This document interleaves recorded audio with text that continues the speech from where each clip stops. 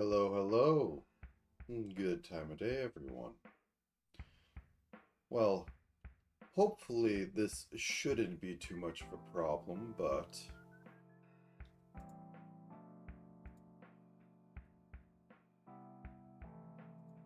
let me get this up. Hello. So, this is returning back to an old project. Haven't touched it in a while, but have our old Godot, not Final Fantasy knockoff with, I believe in the background, some Mork Borg.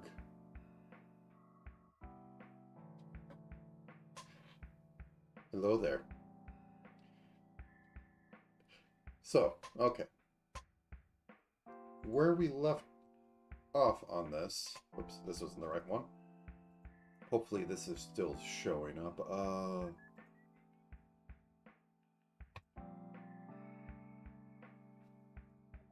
That still come up.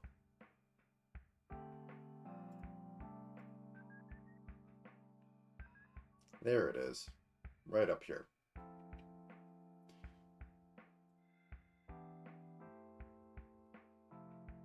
I could match it more. Anyways, we had just the first area of Final Fantasy condensed into this. I think the next steps were to have NPCs and some various other things. So, collision all working. Let's try getting a simple talk NPC in. Alright, what do we have for... Get actually the right window up.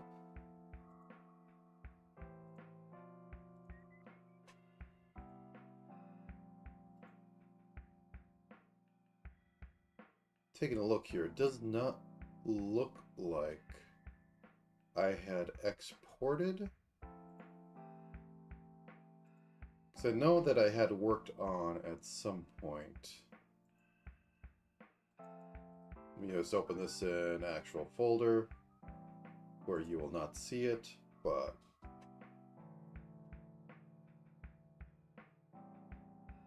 yeah, I do have it. One second. I do have an Ace Sprite, the proper Ace Sprite open. Nope, I had closed it. Ooh. Bop bop.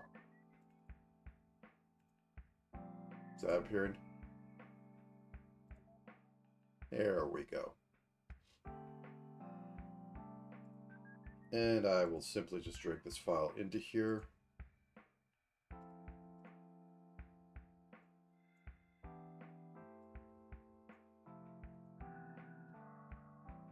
Oh wait, that was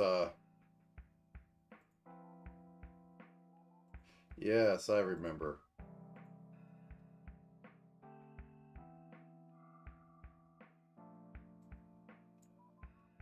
Remember working on this a bit. Do I have it saved somewhere else? Because these do not look like proper...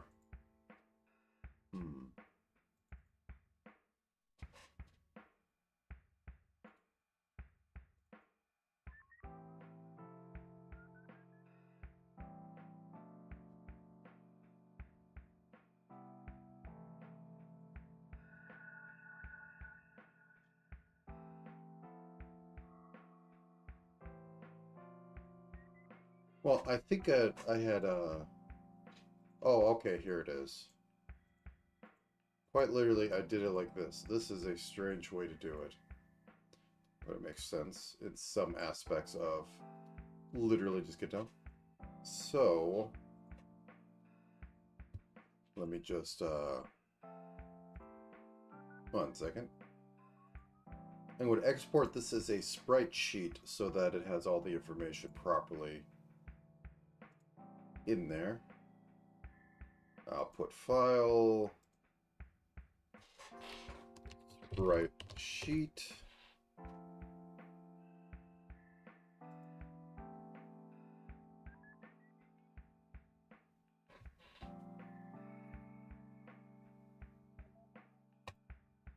Okay.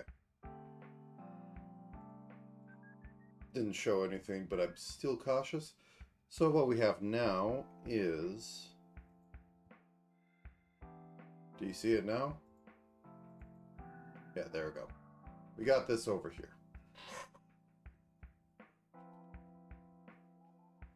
So...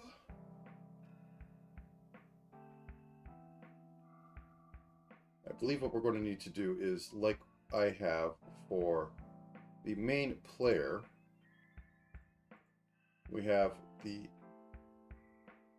entity scene. I think we have a scene somewhere for this. Objects. Player character. Yep, there we go. So we have it like this. However, instead of having this, it's going to be a tile map, because I generally use tile maps for this sort of situation. So we're going to create a new scene. Ah, yeah, this has all the stuff attached to it like this. Okay. Create new scene. We'll call this tile entity map NPC. Let's throw on there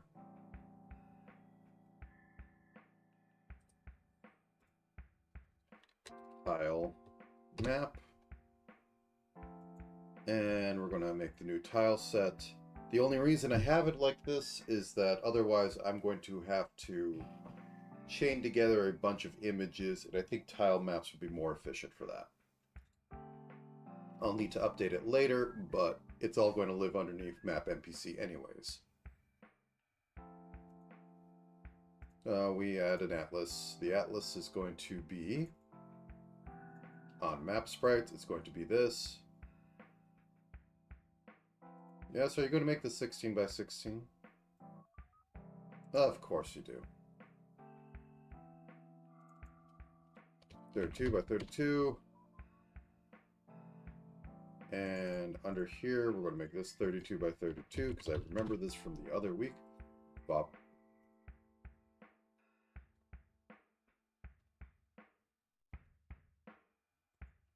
You know what? Can I delete this? Add an atlas. No, don't make it, because you make it wrong every time.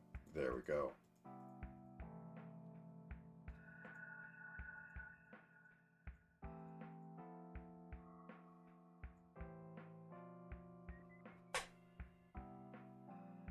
Okay, so now that we have that,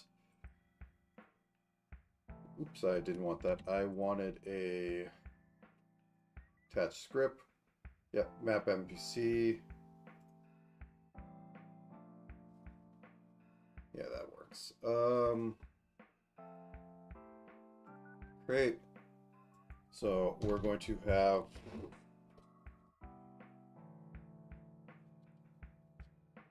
export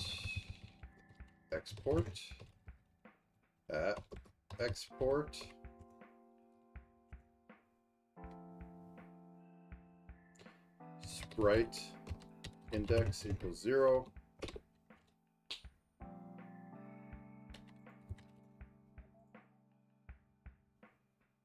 Yep, there we go. Okay, so that's going to be what its basic one is. Our shuffle 0 every half second.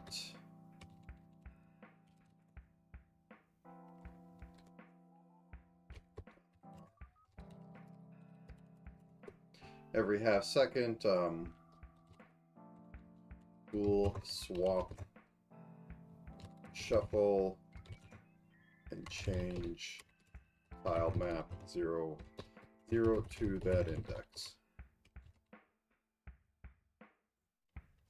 So shuffle data plus delta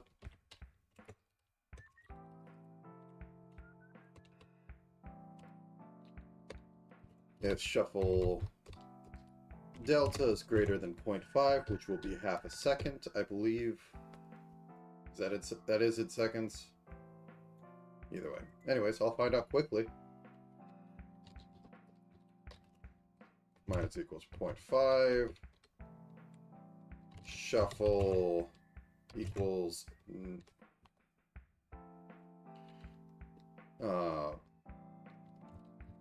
shuffle plus 1 mod 2. Silly, but I can't but without pipe my oh, I misspelled it. Of course I did. But my silly Python tricks of just nodding a false to get a positive, that'll do. Alright, tile map dot set cells layer 0 vector 2i. We're going to be at sprite index plus shuffle. Okay, and we're going to be on row 0. Oh wait, no, we want, sorry, that's the wrong one. That's the actual coordinates we want for sprite. We want this to be at 0, 0 because it will always be 0, 0 for this. Okay, can you give me hints now? Or did I break hints by doing that? Okay. 0, bop, bop. And this is going to come in and do the same thing, just on startup, so that it will automatically choose the correct sprite. So if I run this scene, it should be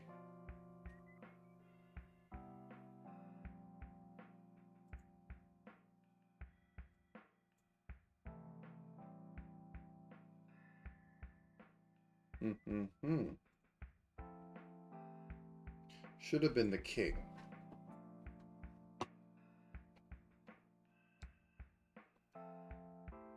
Can I make the inspector smaller? Okay, so we're coming in here at 0, 0. Are you going to give me any hints? No? Not today? Okay.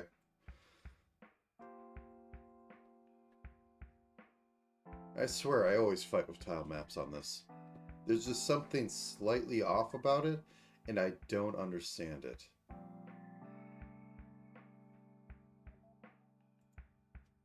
Okay, to the internet.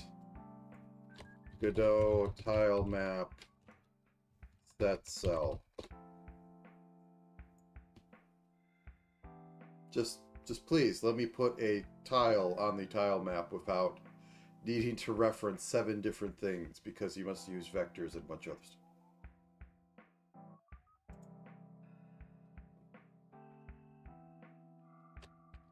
Set cell.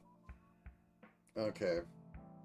So it's layer, which never explained.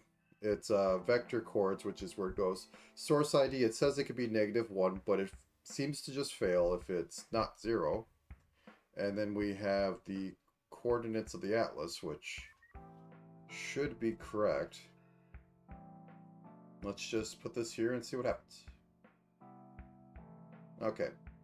So we have sprite index of 0, shuffle of 0. Okay.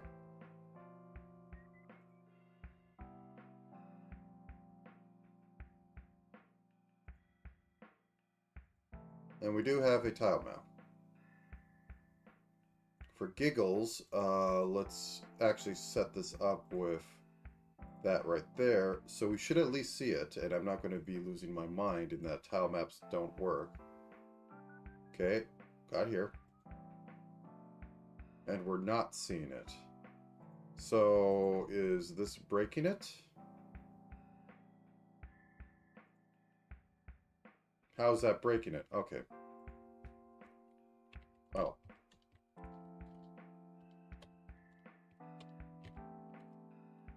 Okay, if we run this. Still get nothing. It's not so tiny. Okay, let's turn this off and literally just get what we have put onto the main one. Okay, so that does show up. So am I doing setting cells wrong? Which is probably correct, because, as I said, this seems to be a finicky method for no apparent reason. Every time, it's just setting... Here's an XY, set it to this other XY, but no. Okay.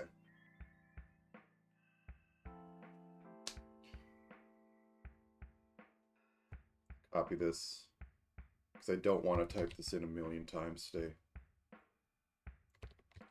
Okay. Okay, let's make it 0, 0. It's exactly just like the top one.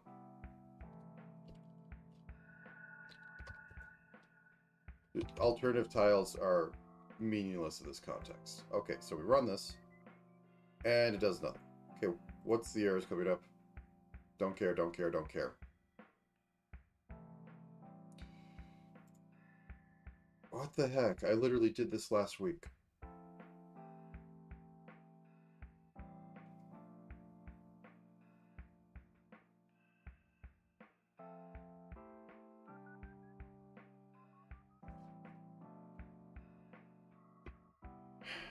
Um, 0, 0 actually is on the spreadsheet and isn't like...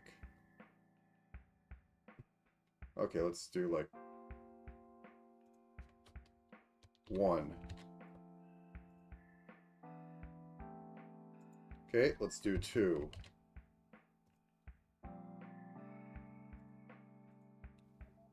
And it is... Oh, no worries, it's something I have to struggle through. It's generally how programming goes. So the chords. Okay, can you tell me what the chords are?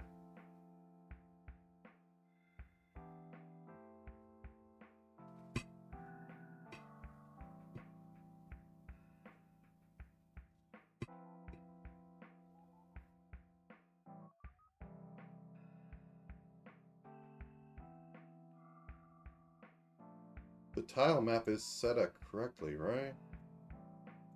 They're all on there. They're all set up. Would I do this? Can I? Okay.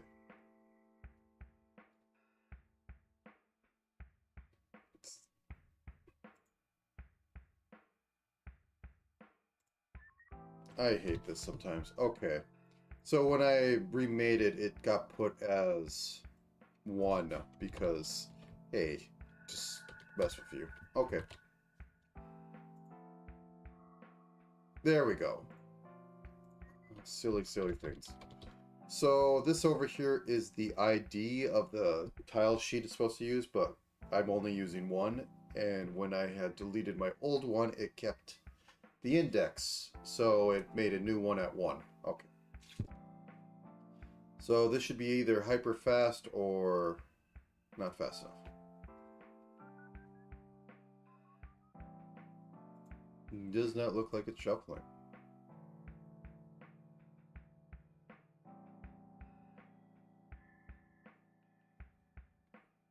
Okay, I'm just going to debug print. Shuffle delta. Let's see what you do. It's remaining 0 forever. That does not make sense. What is delta coming in as? Delta is coming in as that, but shuffle delta is not increasing in the slide. Oh, plus equals. Okay. My bad. Okay, let's see how fast this goes.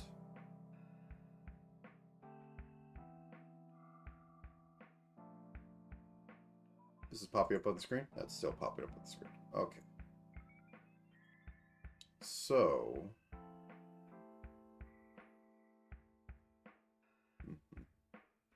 I'm going to make an export variable to make some characters faster or not, but I'm going to keep it at a standard.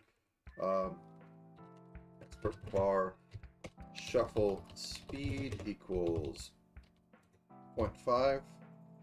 And we are going to use that here and here. So if I go over here, I change this to 2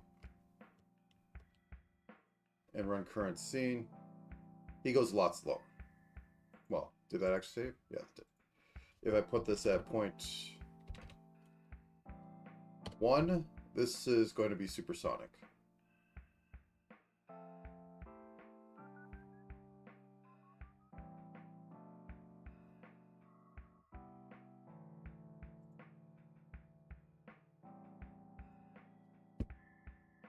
There we go. Okay. It didn't accept until I got out of the box, but let's keep that at 0.5.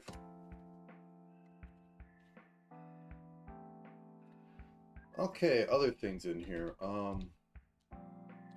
At export NPC dialogue, which will be kept as... Well, here's a decision. Do I want to...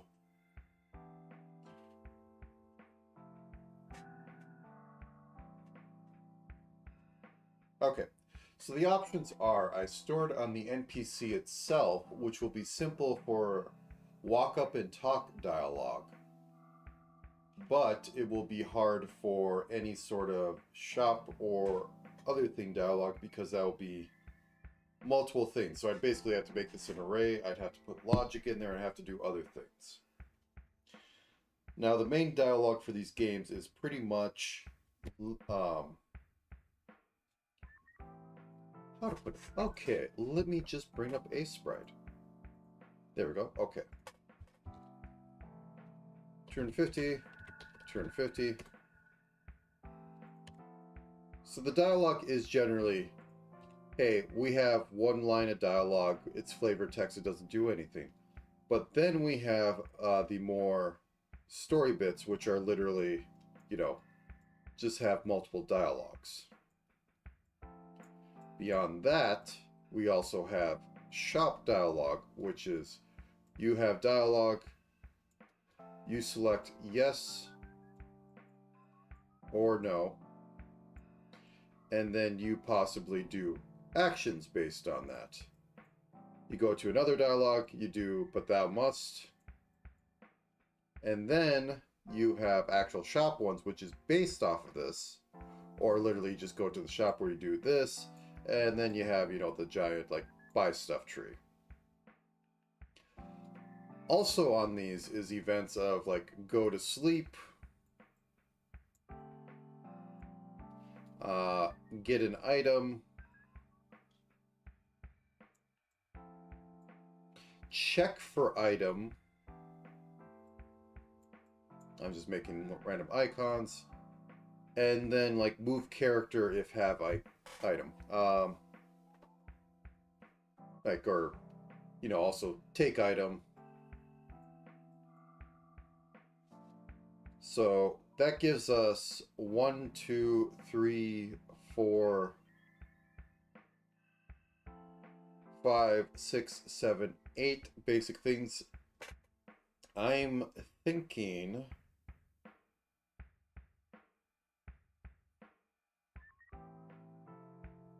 Well, the real option... Excuse me for 1 second. I'll be right back.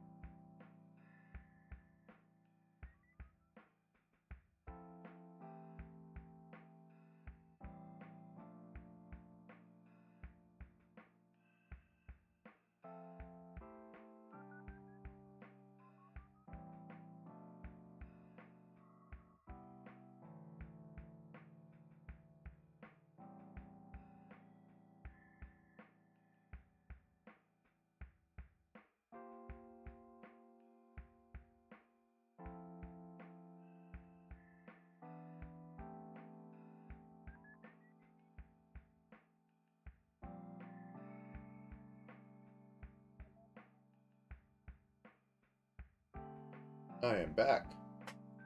My nose is just killing me this morning. But anyways, so the old traditional one is effectively NPC guy. You have a text dialogue number of 08, and then it just goes off into NPC dialogue code, which takes care of everything because it's literally just code. And each one of those code things basically has, hey, here's the text to display, and here's any other things that happen when the player hits A. Or hits left or right.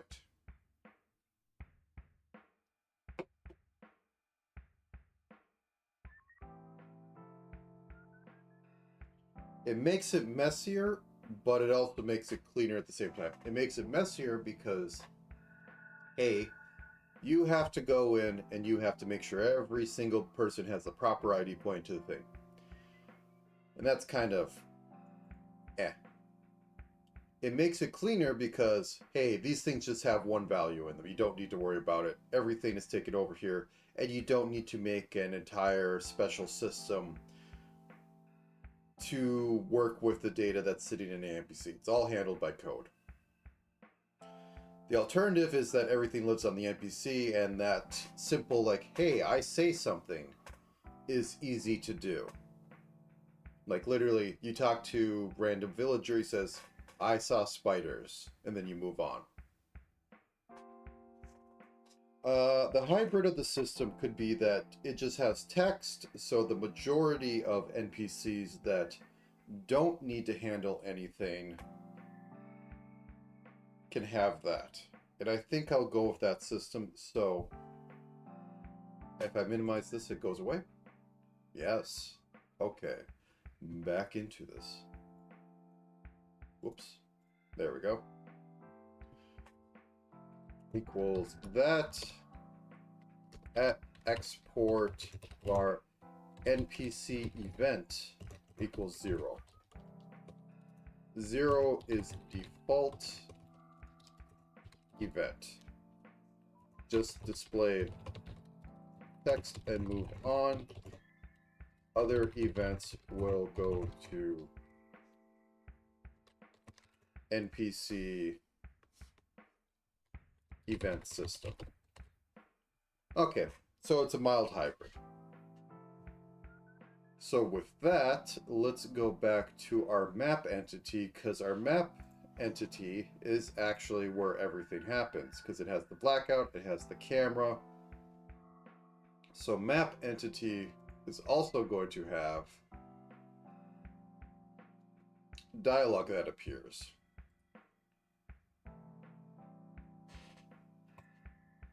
And you're going to be a 2D node, so I could turn you on and off all day.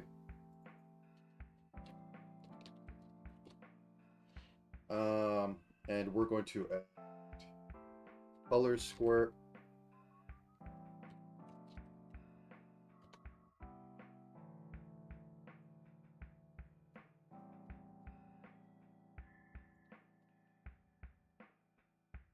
Multiples of 32, so you live at 0, so you can live 64 down so that we can have, or well, I think classic Dragon Quest everything was above everything, so you can live at 0, 0. First off, blackout, transformer, you live at 0, 0. Oh wait, no. Wrong button. Okay. So you live at 0, 0. No, actually, you live... Oh no, it's at 16.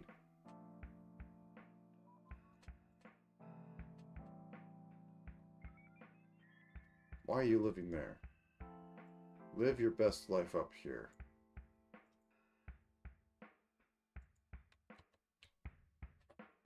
So dialogue, where are you living? You live at...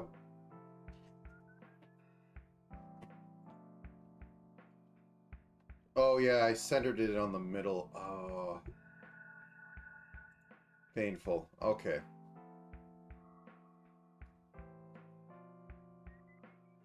So I am going to have to get the camera size, which is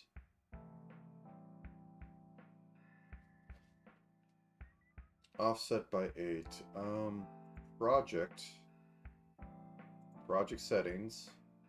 Window is, let me just screenshot this. This is standard old NES size of 256 by 244 or 224. So if we're offset by 8, we need to be 256 is 128, so we need to be 128 plus 8. Okay, so or negative 128. So we move over, then we add 8 in order to get us at the edge. There we go.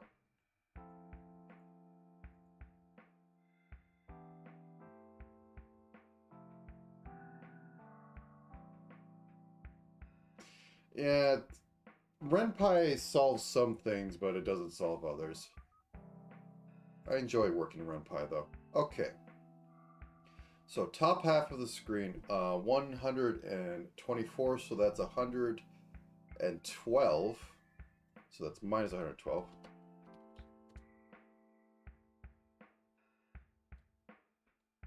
Plus 8. Oh, this does math. Okay, that's great. So now that we're up there, we can simply do... You have a size of... What I say was 256? 256. And you have a size of 224 minus 8. No, wait. If I do 224, it's going to cover half the screen. Full screen. Okay, so 112. And we cover... Okay, that's good. So we just need to minus 32 and everything will be fine.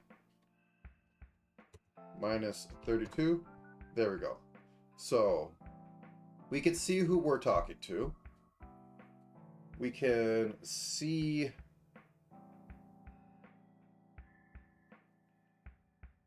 We can see everything else. And then we could put other dialogue stuff down here. Okay. So just for shiggles, we're going to add to this text. Actually, it could be labels because we don't need to edit it. So this is going to be speaker label. Nice, it comes in as white. So it fits perfectly on the black background. Speaker label. Also means that we probably have to have a... yeah, let's quickly just go to here. At export var npc speaking equals npc. Okay, so we have that. Go back to 2D.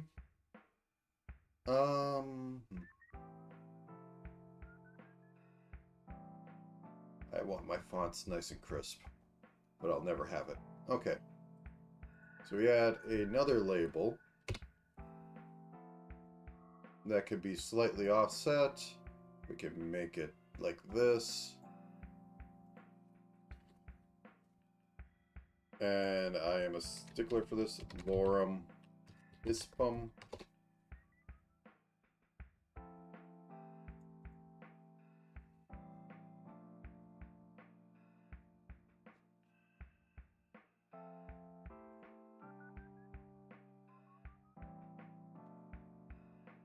I think I'm only going to fit a sentence in here, but okay, you do not word wrap. Auto wrap. Word smart, sure.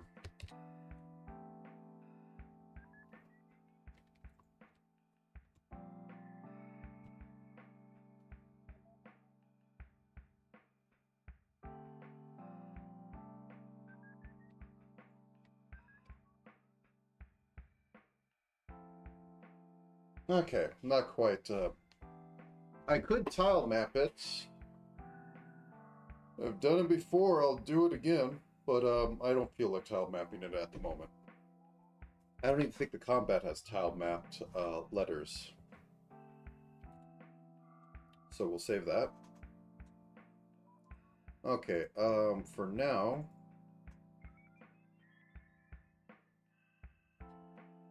just to test stuff, process. You'll be off, because I think I have an engine for moving everything, don't I? Okay, let's look at the world map.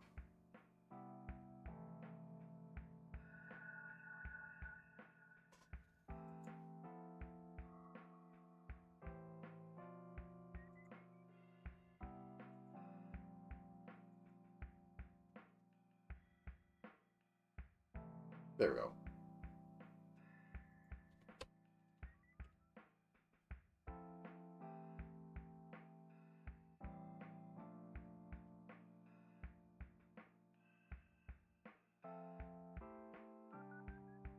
Oh no, I don't remember how I do everything.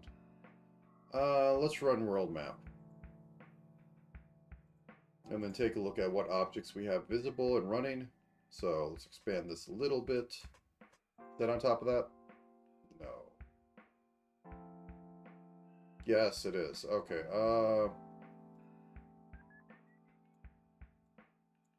no, that's not what I wanted. There we go. Nope, that's not it. Good. So up here, if I do a remote, we can see what's actually going on. So we have our singletons floating about, and then we have world map, which has its own script. Tile map has its own script. Combat scene has its own script. Player has its own script. Does, whoops, player have anything that moves it around? So it doesn't have a process, it just has move. Oh, yeah, because I deferred. Okay, I remember what I did now. There's a million ways to do everything, and I never standardize everything. Okay.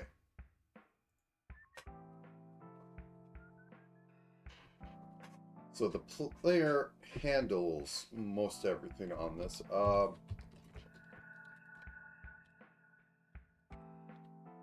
UI accept, that should be the space bar. If dialogue dot visible,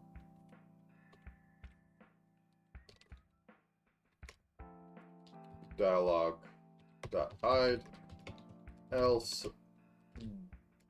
dialogue dot show. So we go into world map.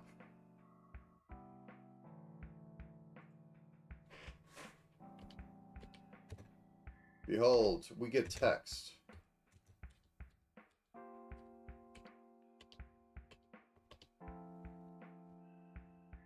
Okay, so all that said, player dialogue has to have, or this bit right here, move action.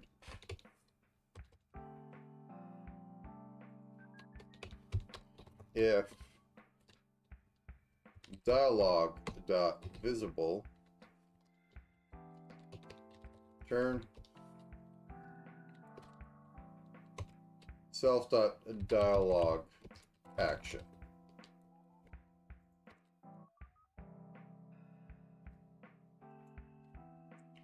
Check move tile, turn off flag up. Okay.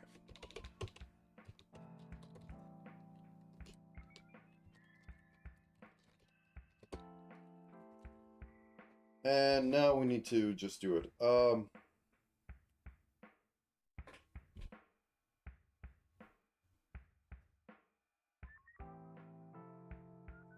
yeah, I had that fun stuff set up. Var current dialogue action equals 0.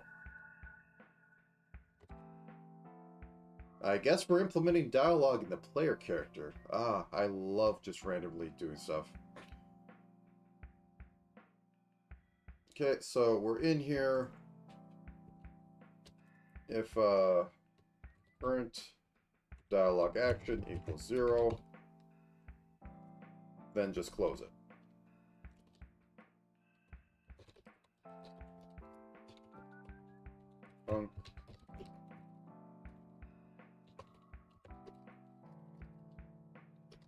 And dialogue.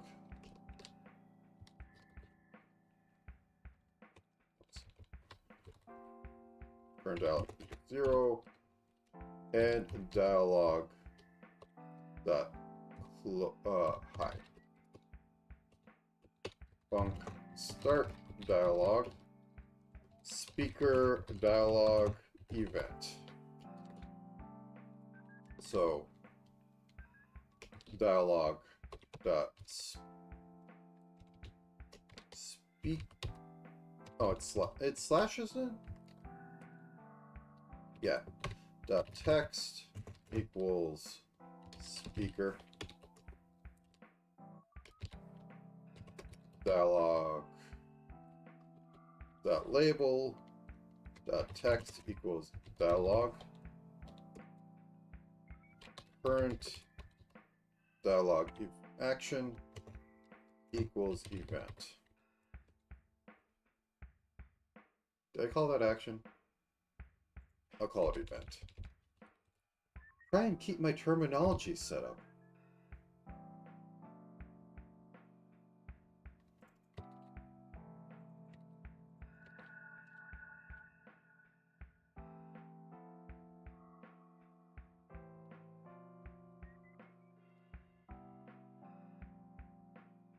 Okay, so on this I will have start dialogue Bob M Bob, and let's set that to be 0 as default. So if we go back to world map, I hit this.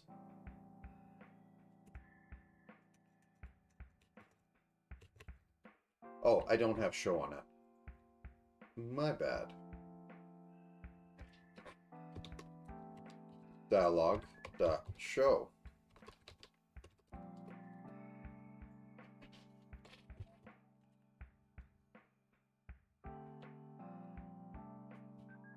In the void.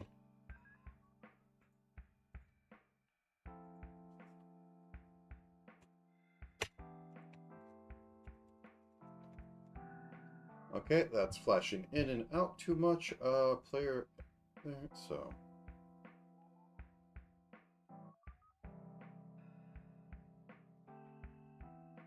Just press.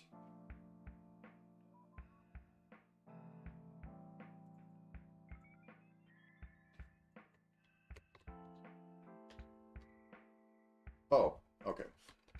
That's why. If it's input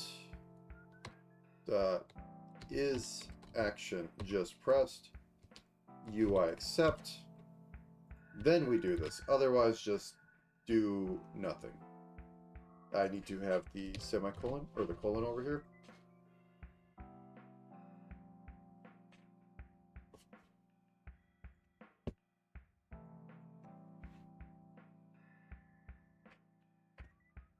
And Bob. There we go. So we got our basic dialogue. So now we have to add facings to player characters so that he'll be able to hit an NPC.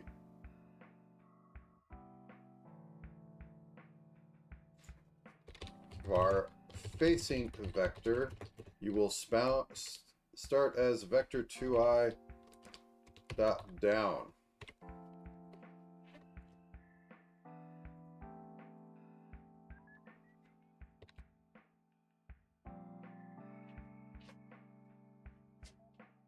And equals vector 2i dot left. And I will now copy paste this. This will be useful in the future.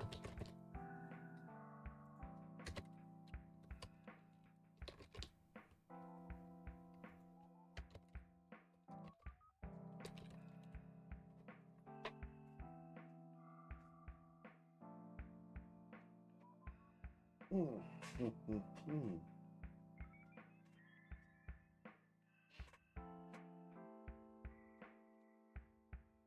Okay, let's go into Castle 1.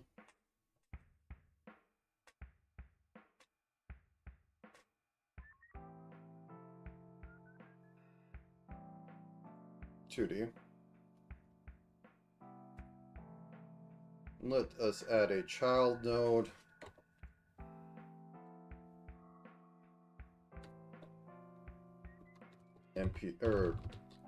Node NPC.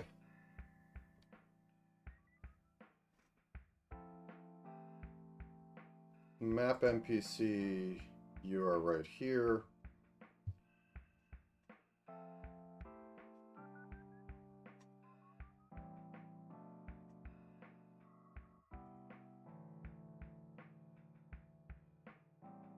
Okay, so everything was set up like that, and I just drew those in here, don't I? Whoops, wrong button. Okay. Also, is this model moving around like this too much? I mean, it was a bad idea, but I like my like my bad ideas.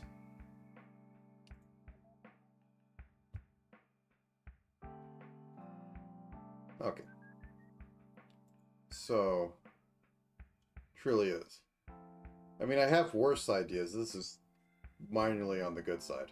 Okay, so we have an NPC. Let's add NPC.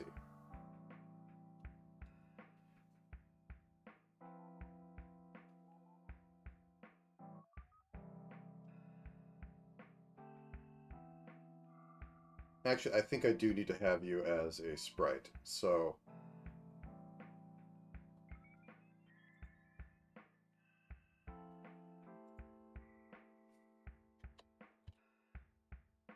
Okay, so we go back to here. I don't think it matches up 1-for-1, but if I go back to at least OBS view screen, I can point things out. But, yeah. Okay.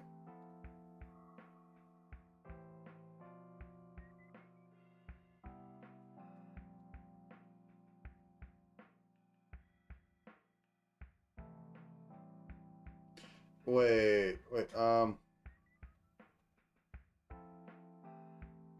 wait a second. Are these guys that... Might be, yeah. Did I just... Oh, no. These are 16 by 16, aren't they? I made the sprites too big. Yeah, let me pull open the other ones. I think I went too big on sprites.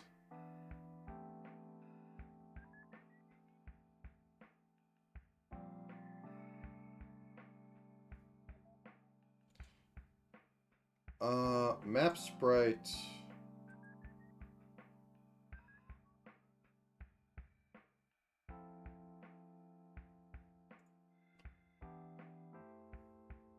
No, you're 32 by 32. Huh?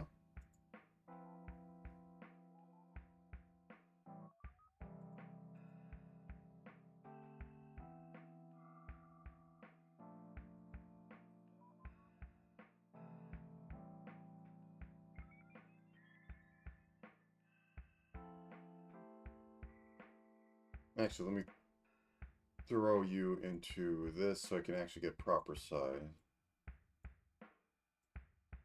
Oops. Yeah, you're 32 by 32. What's going on here?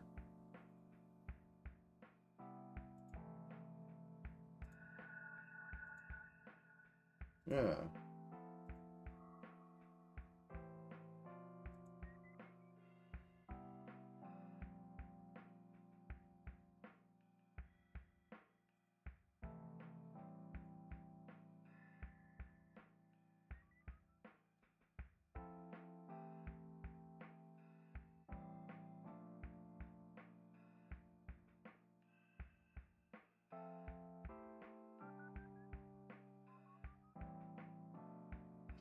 Well, also, this has been upgraded from the old ones. There might be some weirdness going on, but...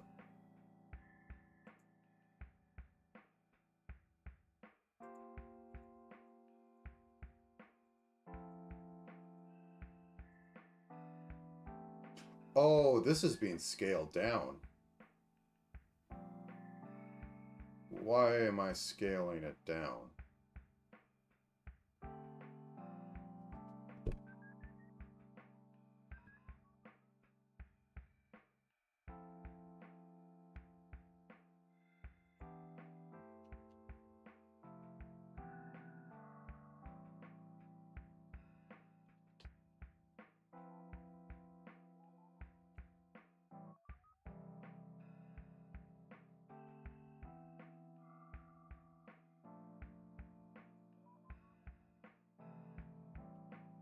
Weird. I don't know why I'm doing that. Was I doing that?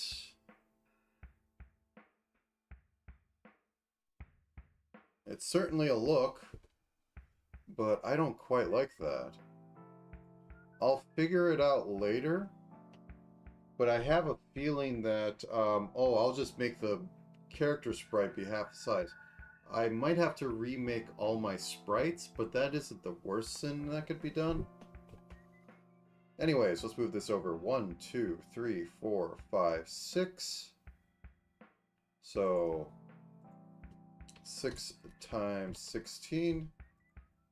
Move this down. 1, 2, 3, 4, 5. 5 times 16. And you are going to be king. You're going to say, I am king. That's weird. I think, yeah, because I took a look this morning to make sure that stuff was in order. I took a look at the sizes. What I believe has happened is that I made that 32 and I went, oh, I should squish this down to be 16 by 16 to fit the tile map. That's weird. That's a very peculiar thing to do, but we'll roll with it for now. That said, our Dragon Quest 1 sprite resource.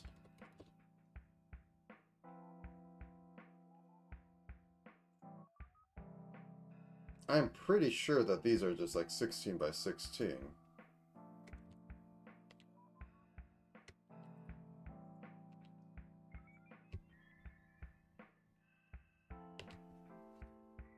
Yeah, that's 1, 2, 3, 4, 5, 6. Yeah, that's definitely 16 by 16. So I don't know what I was on having the main sprite be 32 by 32. Maybe I had other ideas. Well, it is like this now. It's not pixel perfect. Let's just go visit this guy, though.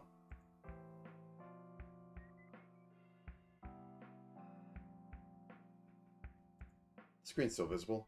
Yeah, the screen's still visible. Alright, we run world map. You probably can't see this dialogue right now because it's a pop-out. Okay, so we go in here.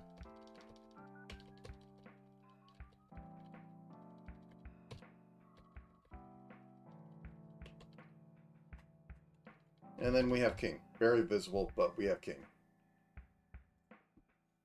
Okay. So now that we have that, at the moment I'm going to only add... NPCs are always going to be blocking. They're not going to be moving right now.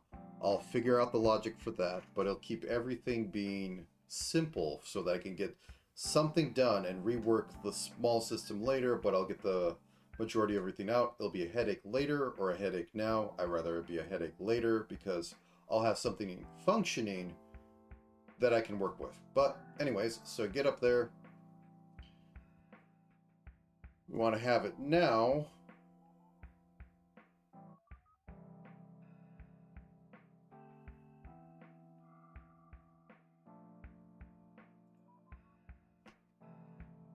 Okay, so at map NPCs.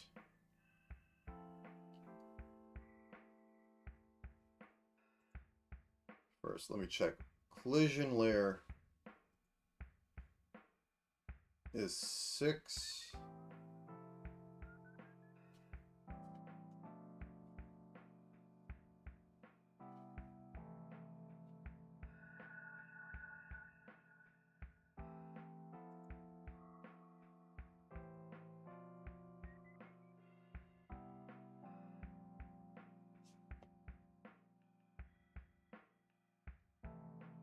Okay, we're going to add collision.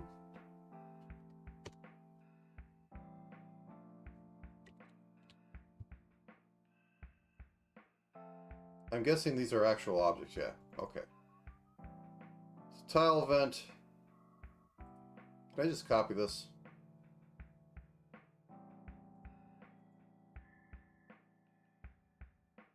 Okay, so that's a stack body 2D. Okay, this can be done.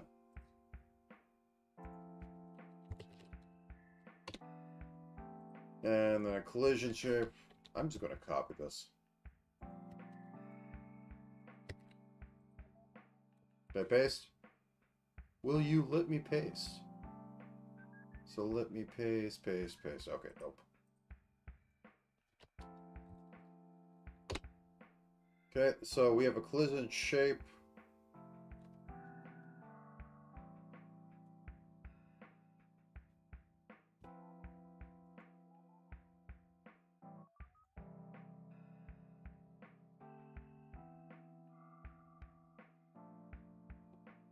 Okay. So transform, move you over by 8. Move you over by 8.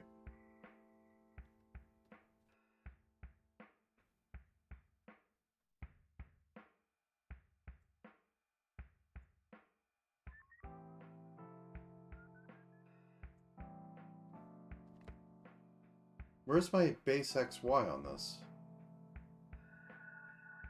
Anyways, 16 by 16.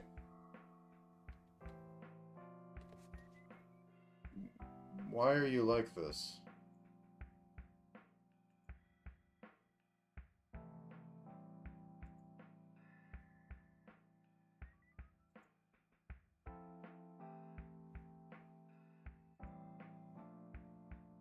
Oh, that's why.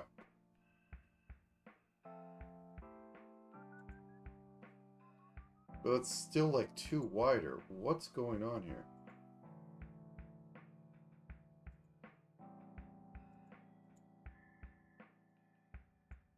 Well, whatever. I will manually tweak this until it works, and I will be very confused on why it's the way it is.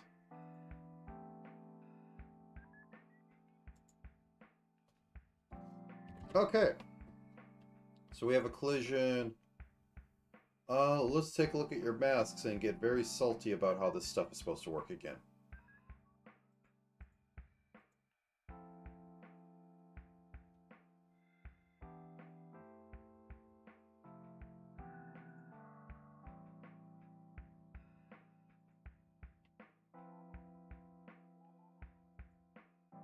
It's not visibility.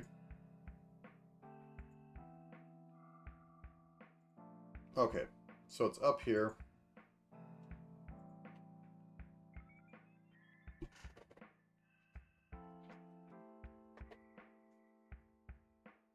Okay, so we have that.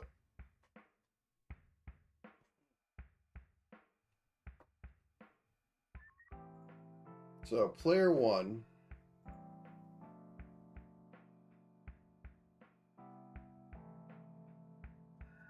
So that is 1.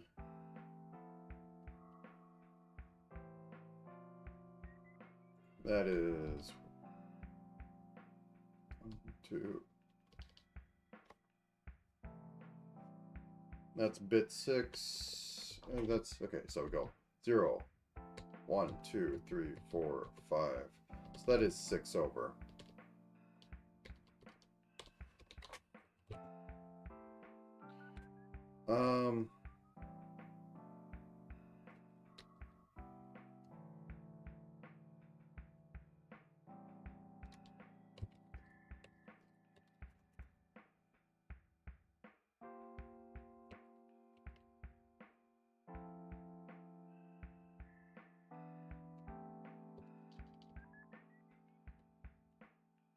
That should either be 2 or 1.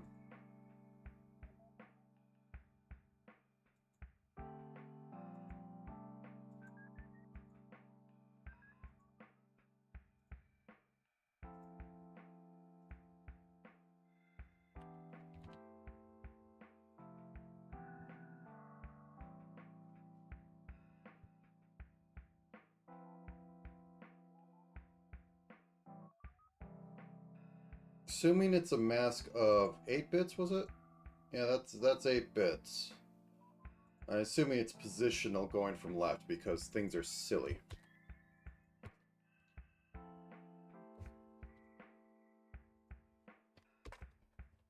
Okay, so func check tile or check entity action.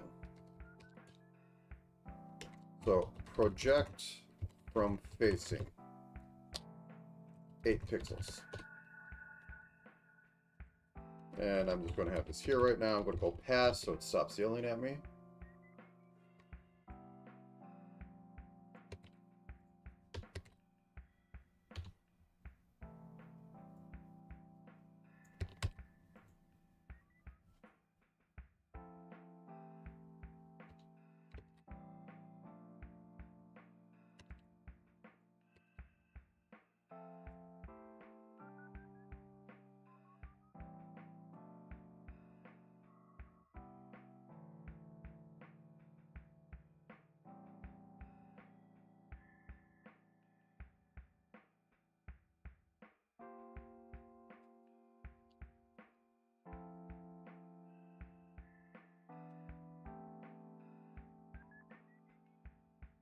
Okay, you get to be a normal vector. Okay, so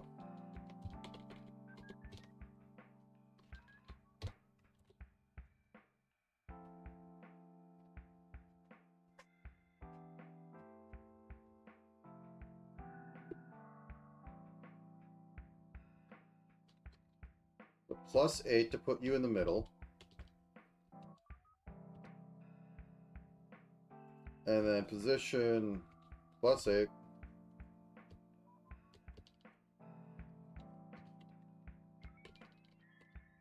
Plus facing vector dot x times 16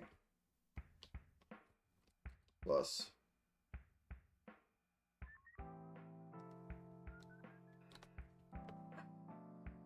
I'm on the wrong one.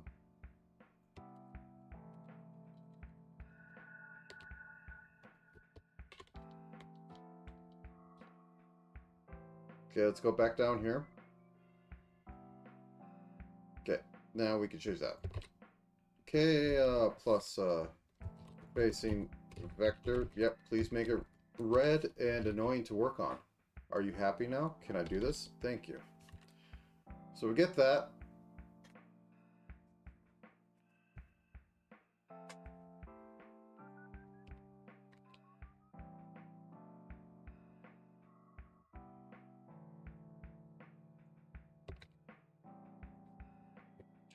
And we're going to just debug print result and hope I see something there. Print debug. Sure.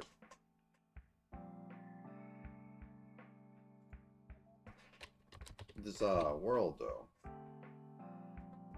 Okay, I hit this. Oh.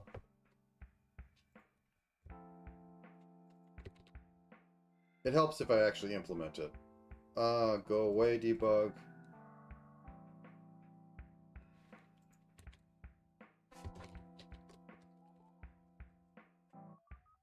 Nope, wrong one. Well, I could... Yeah, nothing calls that. World.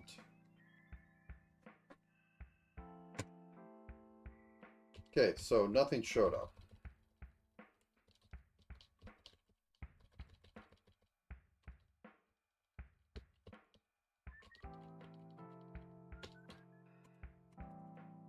So I do hit it. Okay, this is working amazingly well. It shouldn't. So I do get that character back, mostly because I'm copy pasting my old code, which I had, yelled at the screen for a good hour for. Okay, so we get that back.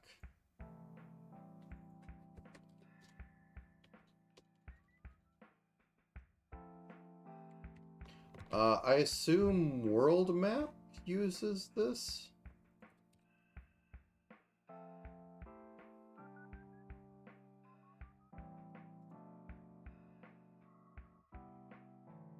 No, it's actually past self is helping currently.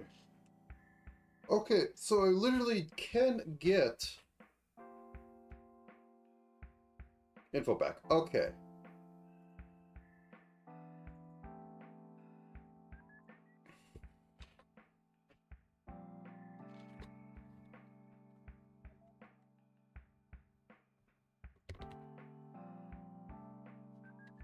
If.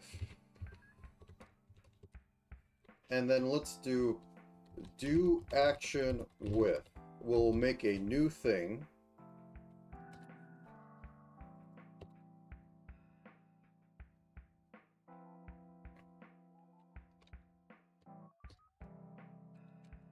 I'm dicing up. Other object. I could put more things in here later, but it's just going to be literally.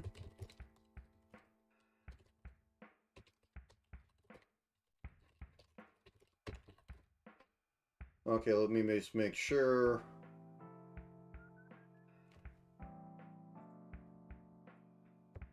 Okay, I think I call it NPC stuff. Okay, NPC speaking, NPC dialogue, NPC event. That's fine.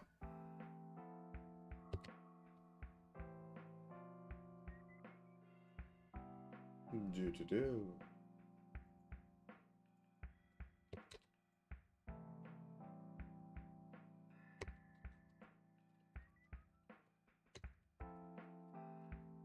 Okay. Okay, let's see. Oh, nope. Cast into the Grey Void. Not the best void. Not the worst void, though. It's like Limbo. Okay, so we run back up to the king.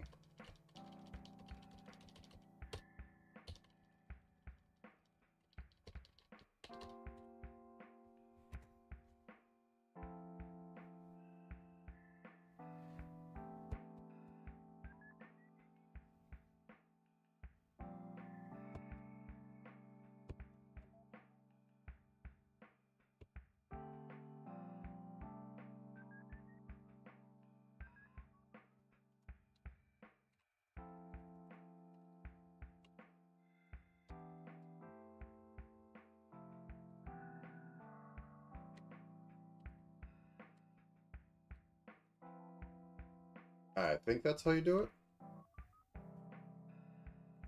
Because right now we're just getting the collision object, which has nothing on it, because it's a collision object. For the other events, I didn't do it that way, but because it's literally just a bounding box, and I didn't care.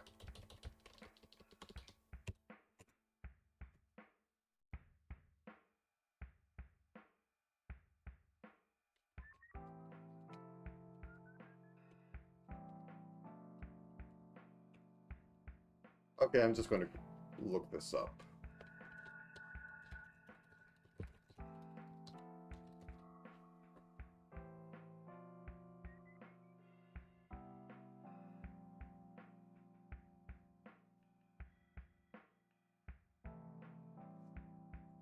Godot get parent object.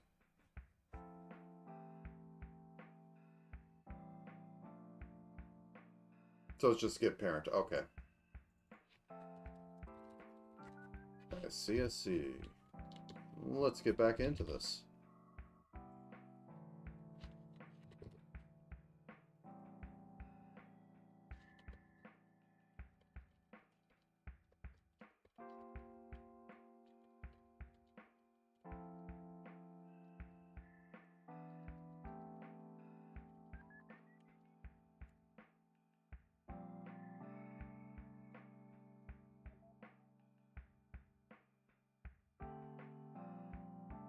Then how do you get the parent of something? Jesus, why is it doing this?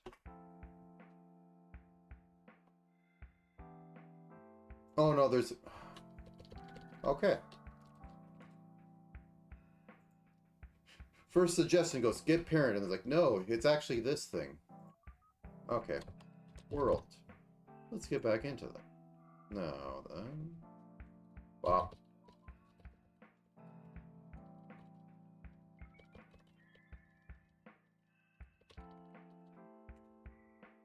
Behold! And I could get out of that. I could speak to him from above. If I go like this... Oh, wow. Okay, so he has a bit of hitbox going on. So I can speak to that right there. I might need to mess with this a little bit, but this is doing a lot better than expected.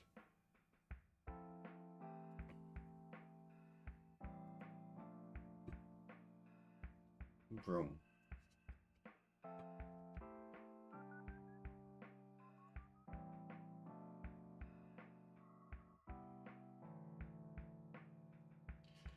So if I make this a bit smaller,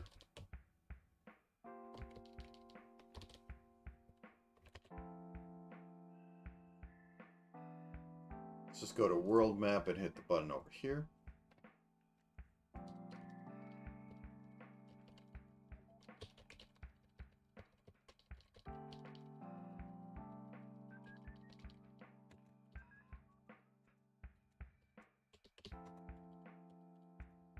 There we go.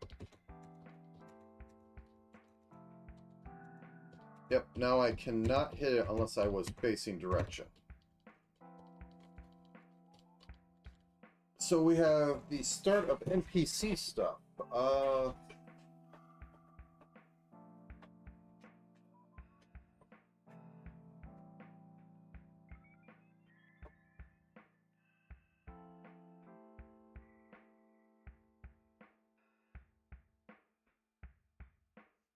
I think I want to make a singleton that's always, or I want to make a module. It doesn't have to be a singleton even, because it's not going to have any memory. It might have to refer to active memory, but that will be fine.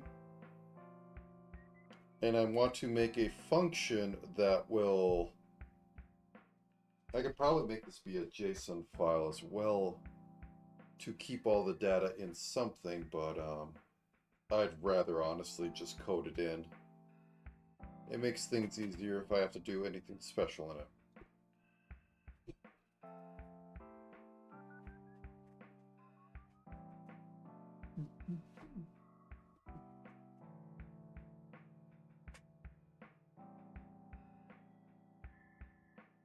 So I'm thinking.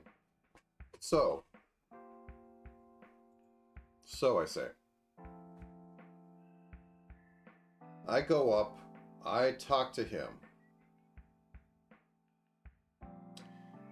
And then it goes, okay.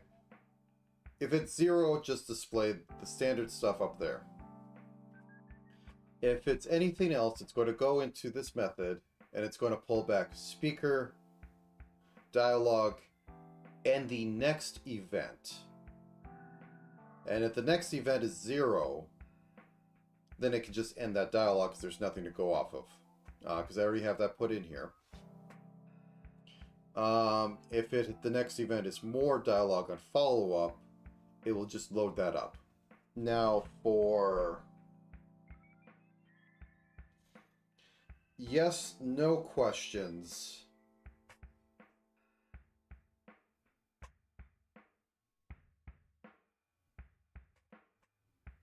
For yes, no questions, I can have it do certain things. We'll get to that when we get to that.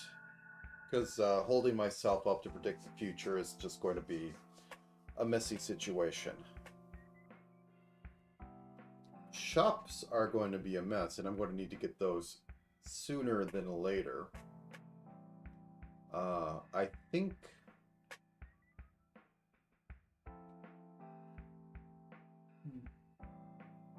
I think that...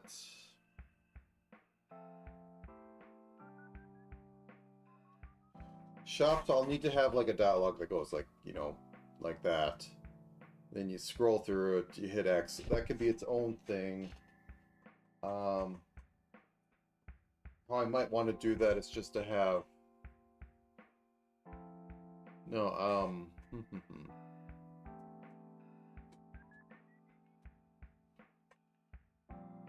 huh. I guess one thing to do would be to have inside of this function or this module is an is shop event. So I'll pass over is shop. If it is a shop, then I'll do whatever I need to on the other side to load up shop, which will probably once again be under the player because that's where the camera is. Then you can do whatever, and then it will have a possible on event exit, because I can either A, have every shopkeep say the same thing when you finish, or I can do the fun stuff and have an event on exit that it's like, it says whatever thing for flavor. Okay,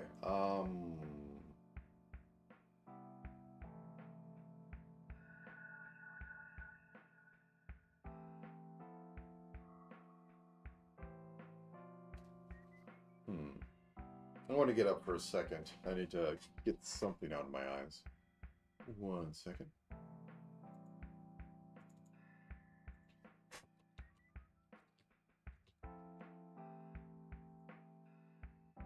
Bop.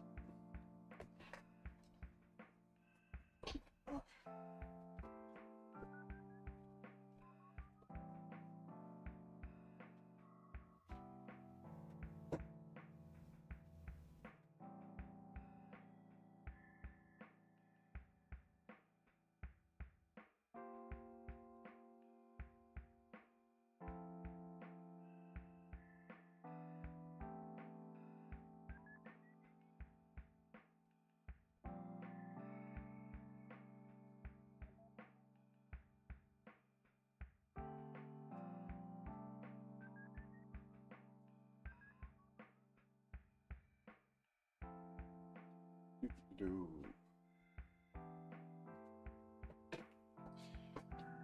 So. Bop, bop. Let's make the module. And I think we will make it global so that...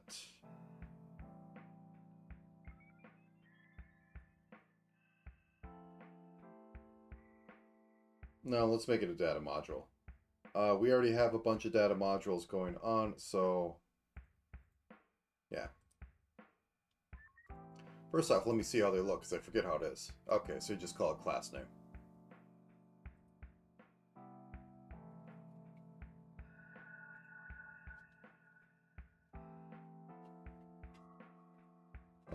Dialog event module.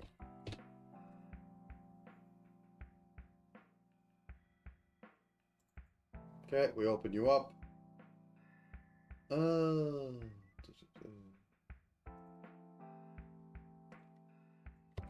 Okay, so it extends resources. Good.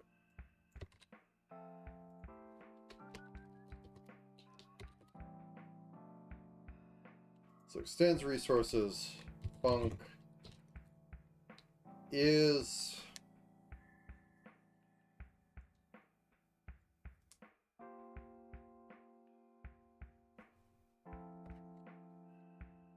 shop event return false, func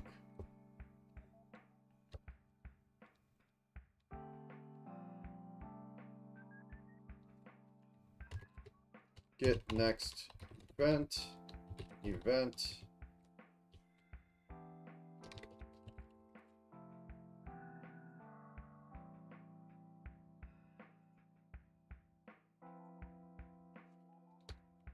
class event data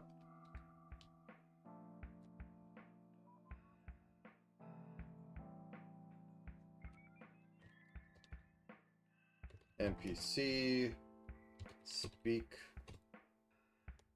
Was it speaking?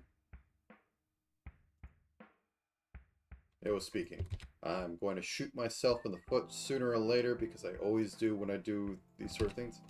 Equals NPC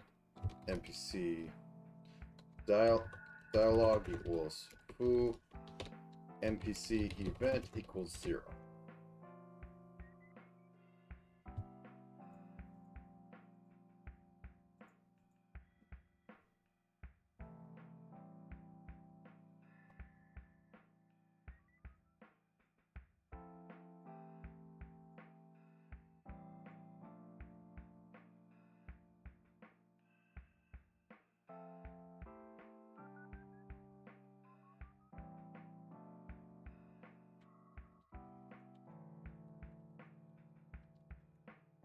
Are you happy now? You're happy now. I don't need any of this. Okay.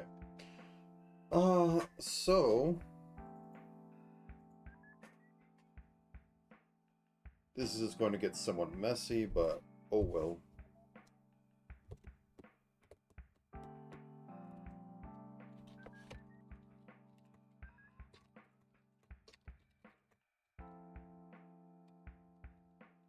Null.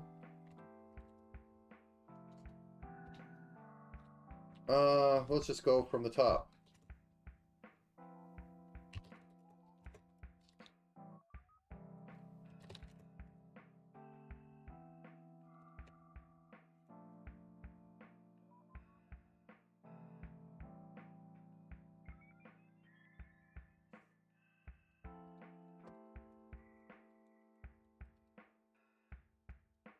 We have the king dialogue. Whatever comes in first, you're going to speak to the king about, and it's going to... I might need to work with that later, but...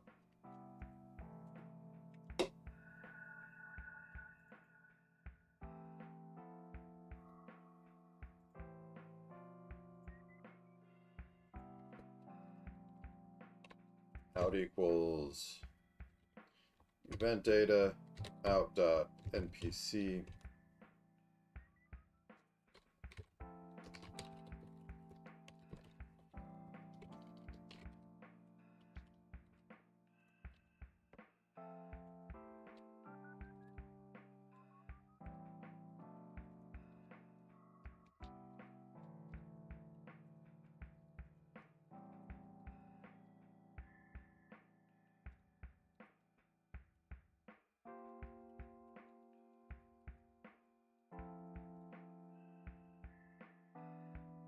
to northeast west.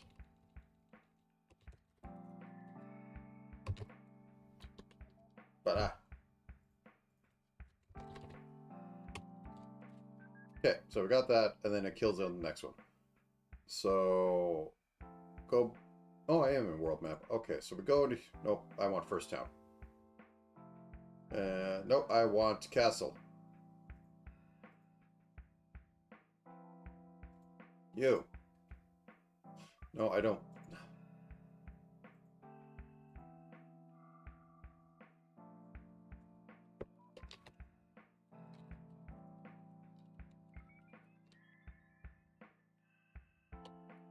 Okay. Back to player character. Back to script.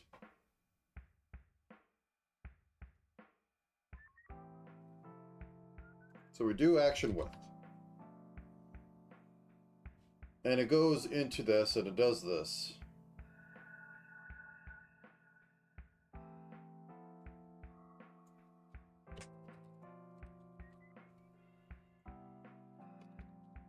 Bar get next action object equals dialogue event dot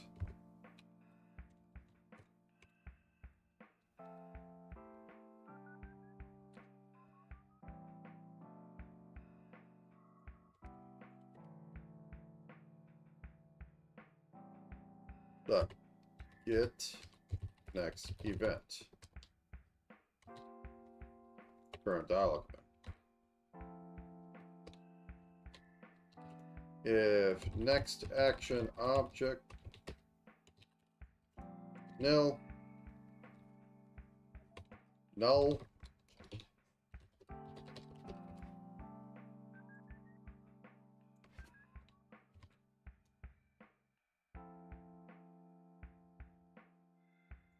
so what, I just put stack in front of it and you'll stop yelling at me?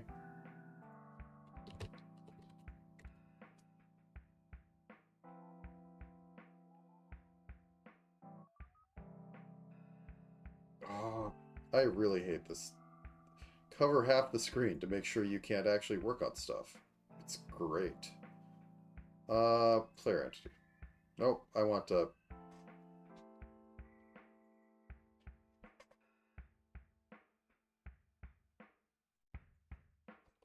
Okay. So we got an event back, so... Start dialog. Next action object, the NPC speaking. Next, the NPC dialog.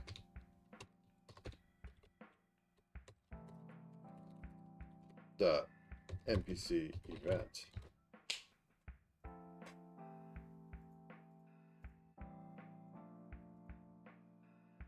All right, so we go back to world map. We hit the magic button.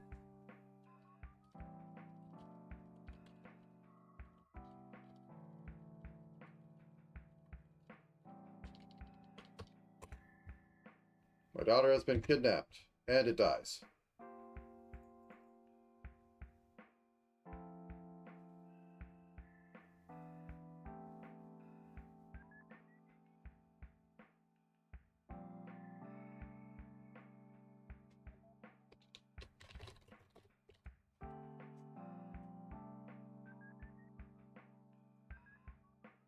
I don't understand why you did that. Let's run that again.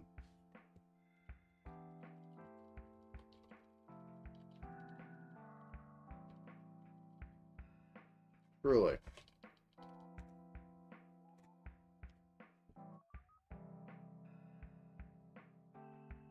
Invalid index?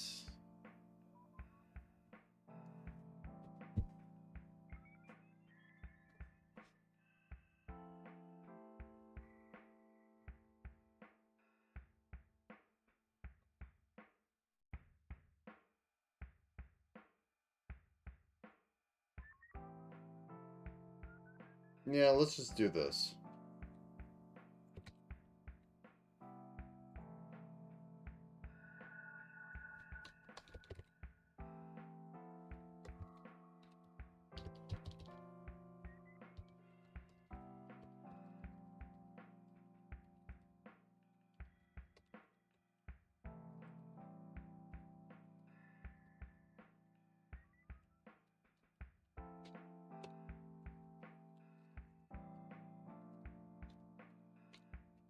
Oh, please. Okay. Yes, cover up what I'm trying to look at. You cover half the screen with this, that's perpetually covering it with this debug thing, and then you put everything else to cover above it. I really want to understand why they went with this design. Oh, it's because I didn't instantiate it as an actual object, did I? Well, this is better to look at anyways. Room.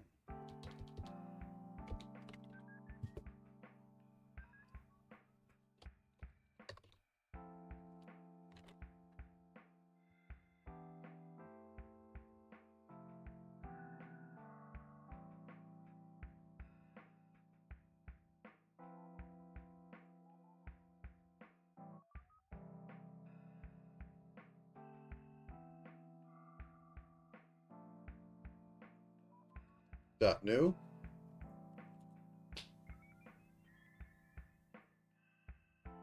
Okay, there we go. I think that's the magic things.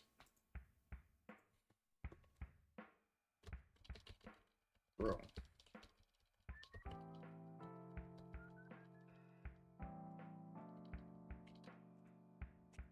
Behold, it works. Okay, so that is the second most used dialogue type. I think I only want to do a 2-hour stream today, so I don't want to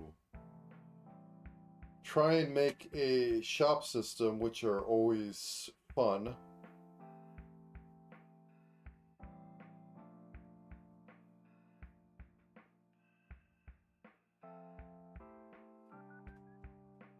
Oh, did I?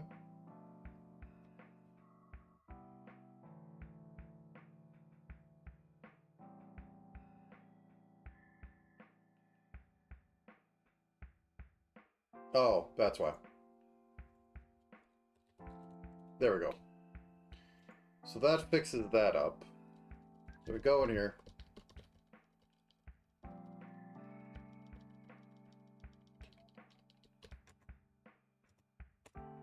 And that ends the dialogue. And then, you know, the quest would be...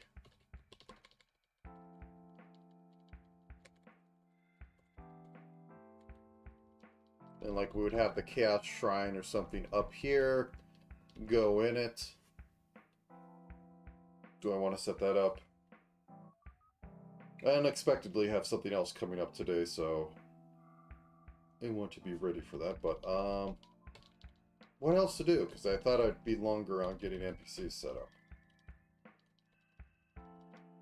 Oh yeah, Final Fantasy 1 was you just go into shop for getting shop data to come with, so dialogue for that isn't exactly needed.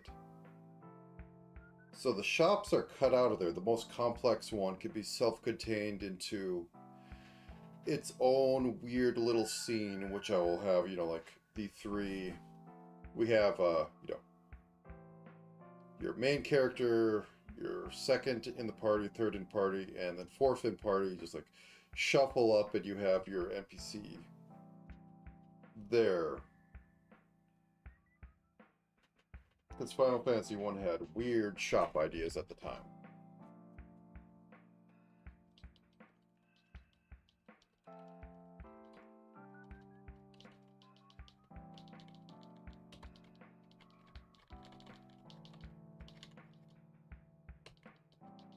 Oh no, my debug area.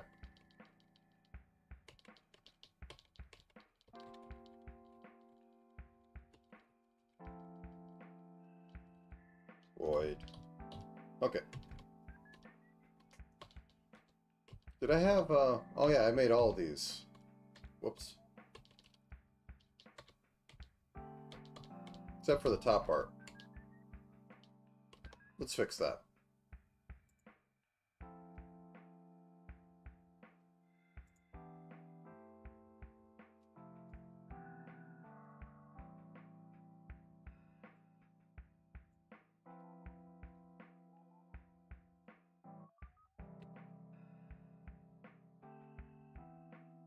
Can I just hit paste?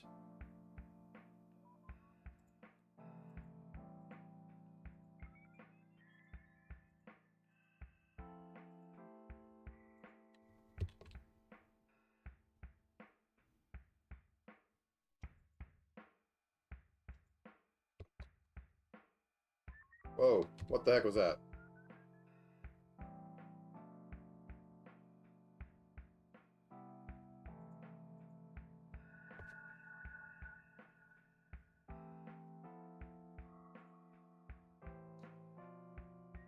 Okay, I hit some debug mode I don't know how to get out of. Can I just close this and reopen it?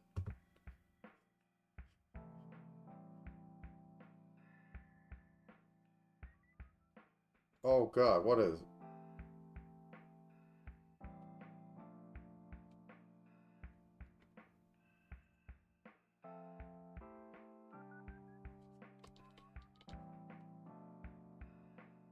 I might need to get out and get back in. 1 second. Oh, I love hitting random stuff. It is the best feature of all systems to make sure you have a button key combination that it doesn't inform you what it did, so there's no way to figure out what happened. And if this ruined my project, I'm going to be mad. It's quite possible that it did ruin it. Okay, everything seems to look proper.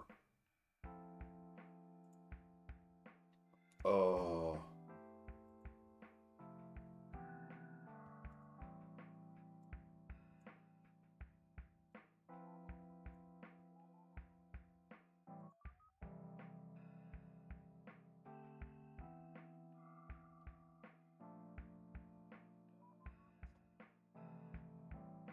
I'm having some errors on coming in. I don't like that. Did I just mess up everything by hitting 2 buttons on accident?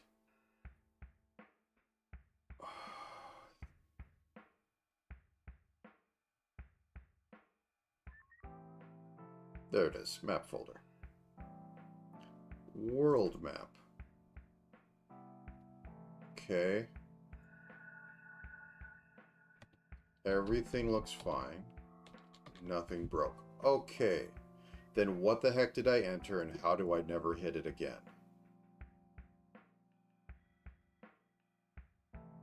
Well, can't tell. Oh well. Copy. Can I paste? Yes, I can. Okay, let's move you up and over to.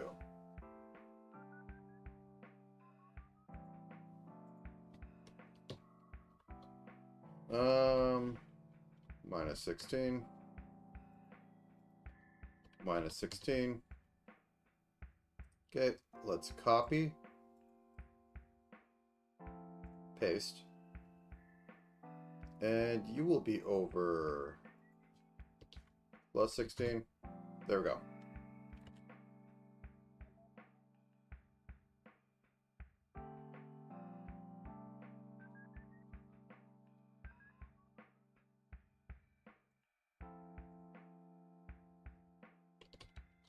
Now, you can enter from the top.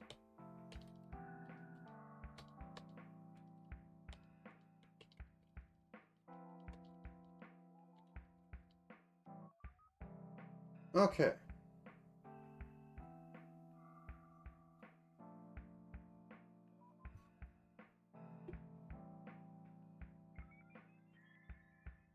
Tile map.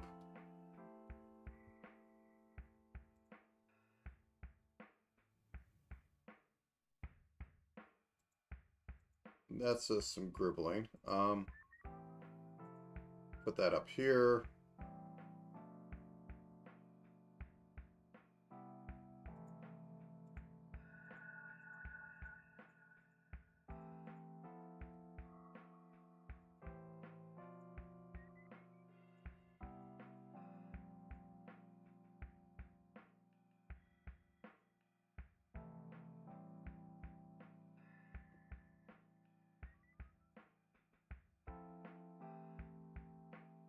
Actually, I think that's supposed to be an entrance to a mountain. I don't think I have a, that was the one. Nope.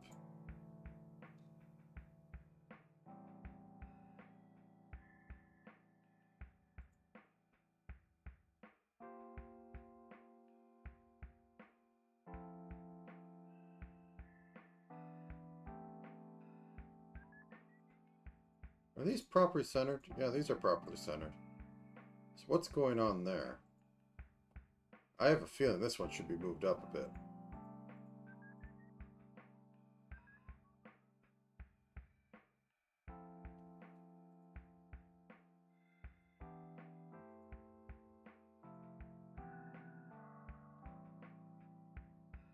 Oh, this was supposed to be like the ruined town. This is supposed to be like normal towns.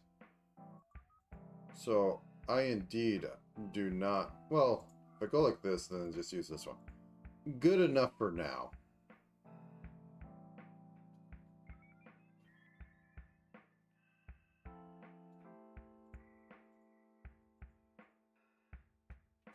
And then we have some trees.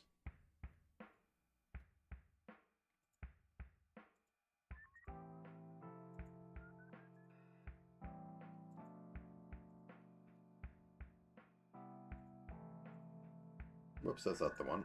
There we go. I'll say the tree textures did come out better than expected, or being more useful than expected.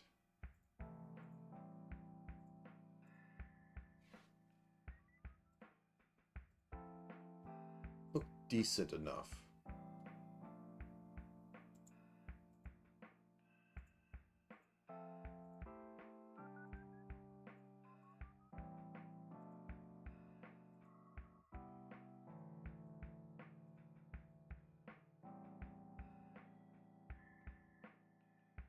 Okay.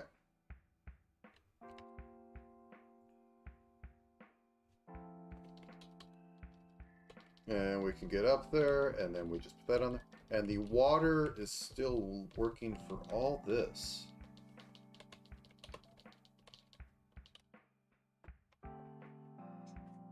So a to-do list is to make a sprite for the ruined entrance. Possibly take a look at what I was doing with the houses there, because I feel like something's slightly off.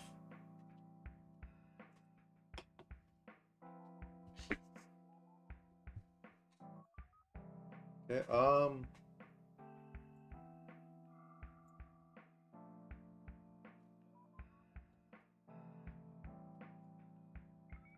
so I did use that up here. Let's let's put something down then.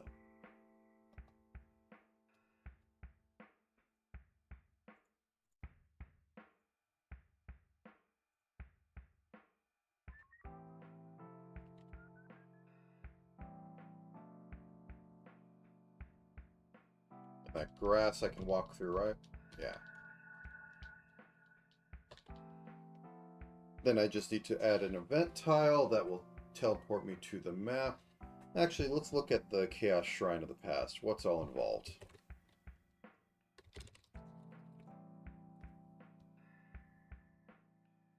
Oh, nice. Those are always hard to do. Care intakes, as it's been put, is to draw like the McDonald's march M's, the arches. Like it's a very hard thing to do. It's surprisingly difficult because it always looks off. But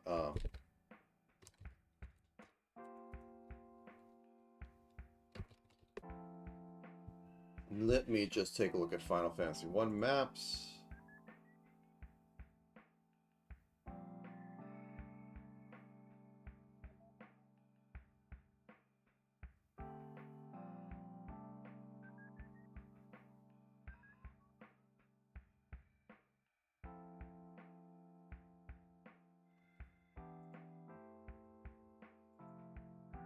Whoops. Is that what I wanted?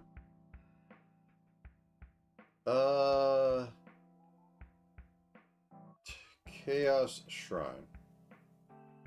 Yeah, that sucker was pretty much my first dungeon where it's just exactly symmetrical. But, I mean, it works. What would I want to do? I might as well bring it in. So, this is coming from rpgsite.net. Let me put you down. So, I will open it up in this. Oop.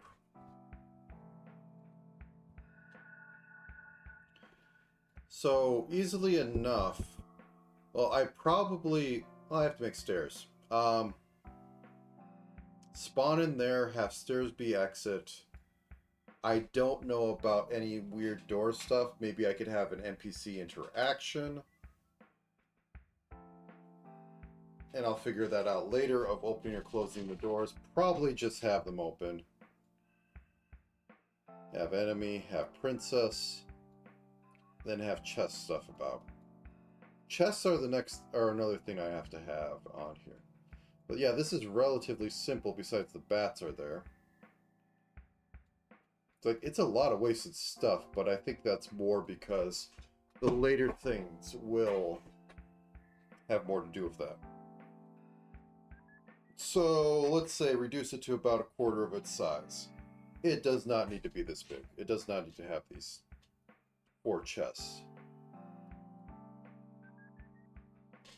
Because this is pretty much one of the ideas behind this is have less travel, which is less exploration, more chunky. You see where you need to go on the same screen exploration.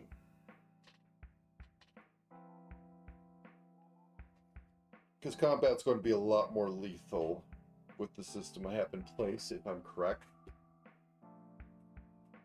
Yeah, I guess get in here. So bring this down to scale. The important thing is we have your entrance, or we have the entrance right here. Then we have going up into boss room right here. So then we can just, you know, have treasure things to the side, have them be unequal or something because these are ruins. Don't need the back half.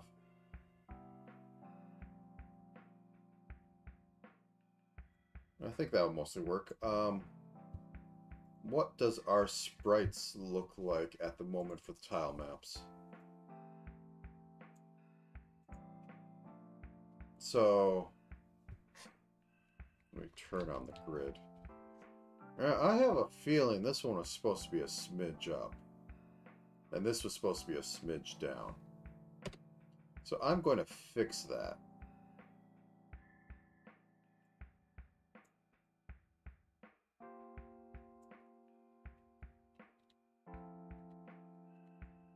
Whoops.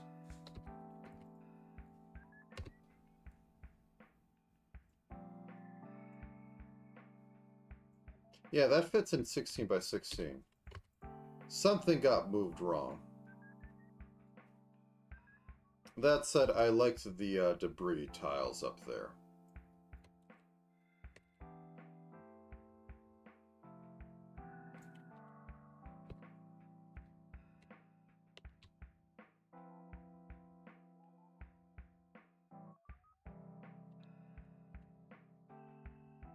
Okay, I fixed that. So we're going to need a dungeon tile set a little bit more than what we have, because we have the stone walls, but they don't really feel like these ones. And I think from it was pointed out in Final Fantasy VI that they are really cheap on the sprites and palette swapping of interior things. For how, you know, like detailed the game is, you notice every other area is basically using the same sprite set with a different palette.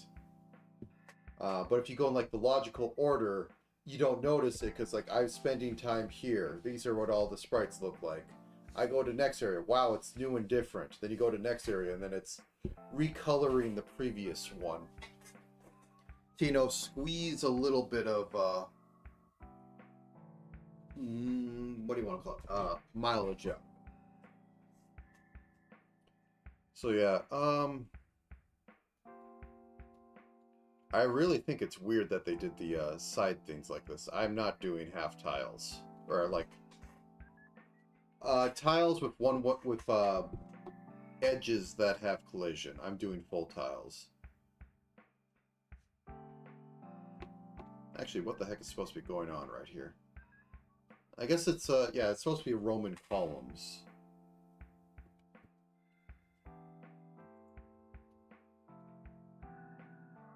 I mean, I can kind of do that. Six finished early. That too. 6 had finished early, which is why the Ruined World was made. I think Chrono Trigger had the same thing happen where Magus was supposed to be the final boss, but they finished everything up so quickly, they rearranged a few things and expanded the game, their scope of what they had going on. I'd have to confirm on that, but things I've seen on it was pretty much Yeah, you were supposed to fight Magnus, and that's exactly why it's literally kind of everything the fight. Because it has final boss written all over it. It has final boss the mechanics, and it has final boss. Like you could have ended the game there and been fine. Uh, but then it just like went on into the second half. Final Fantasy VI, they didn't make the second half as good, but they made it. Let's just do a little bit of spriting. So I want columns. So let us load palette. Nope, not like that.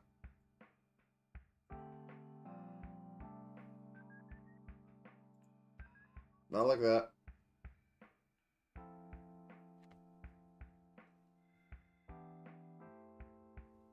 It's this one? It's this one. Okay. Okay, so dark gray.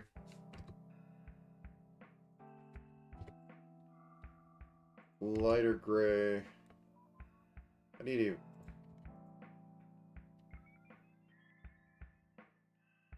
I see why they went with white.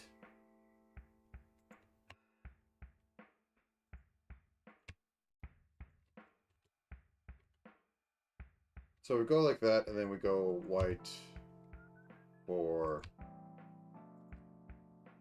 closer to you. Let's make these 8x8 so I can actually see what's going on. But yeah, there was very much blood from stone, but also they had a lot more time to actually, like work on it than they expected. And they put it all to use on that.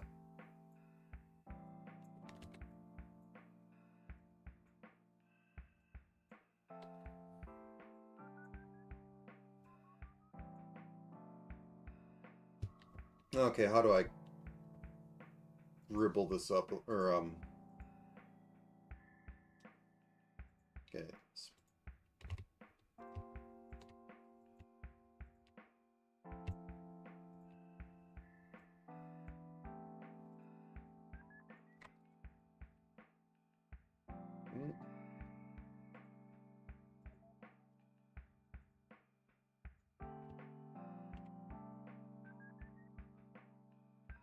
Do.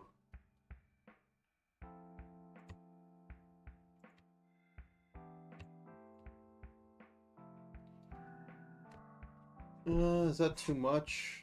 Is that too little? It doesn't look grimy enough, I could say that much. And I'm not too versed in that.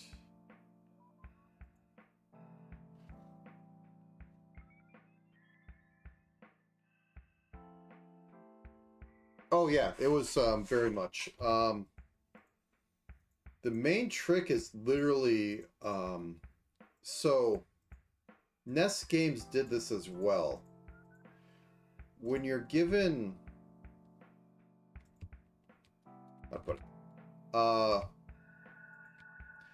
you can swap in-memory sprite addresses.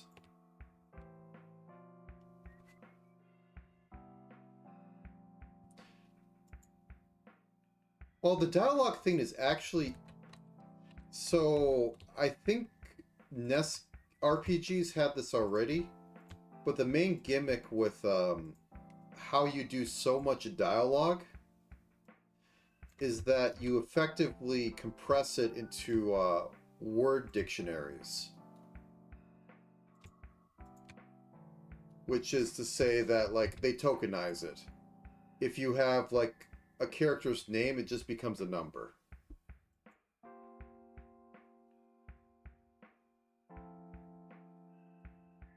Yeah.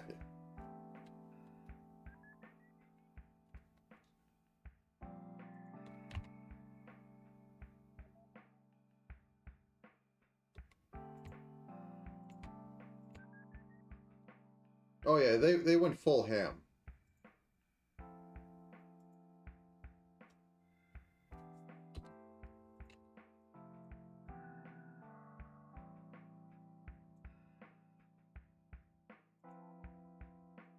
I'm doing this backwards.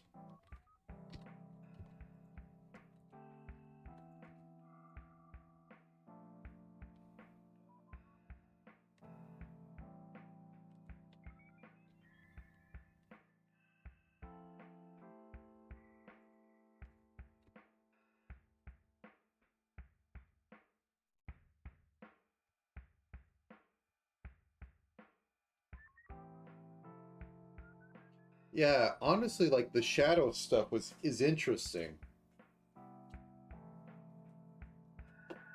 because I don't know if it was a trend around that time of actually like having some choices matter, which it's very funny that back in the day, for all the modern stuff of your choice matters,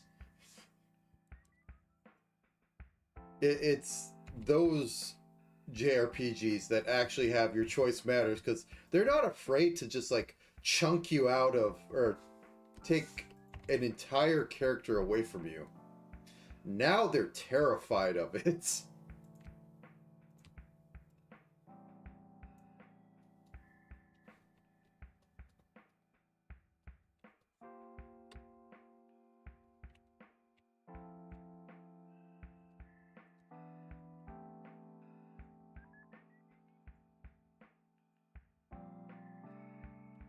It's just sort of funny. Now let's just give the feeling of some texture on this.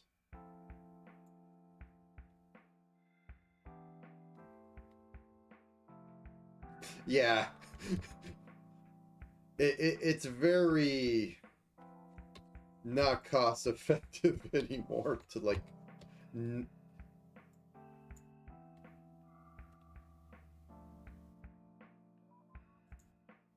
um how to put it, like the only people who really do kind of old style ideas of like, oh, they didn't see this area, oh well, their problem is from software. And I think like I had said back around like Dark Souls, oh, Dark Souls is so tough and so hard, is that it really isn't. Like we have rage games, we have all this other stuff, but Dark Souls was just like a SNES game but upscaled. And my opinion on that hasn't changed at all.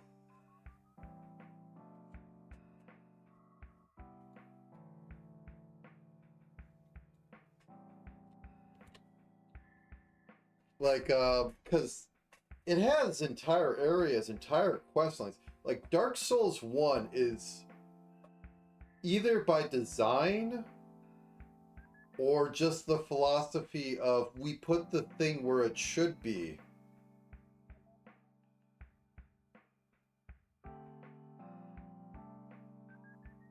Yeah,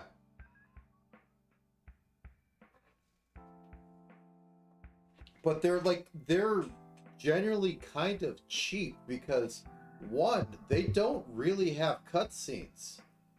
They just have the NPC talk to you and maybe some things happen occasionally. Like the NPC's dead, or oh no, you find something to find the NPC to go fight them. But they have the dialogue and it's like when I say SNES or NES, I literally mean like an entire plot line is 3 paragraphs with dialogue included, of just dialogue.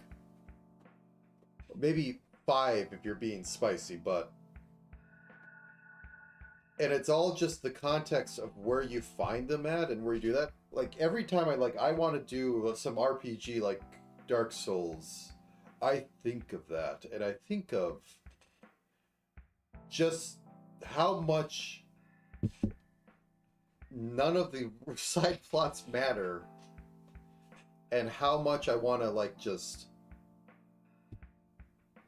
the interesting part of that would be like, you don't talk to this character, something bad happens to them.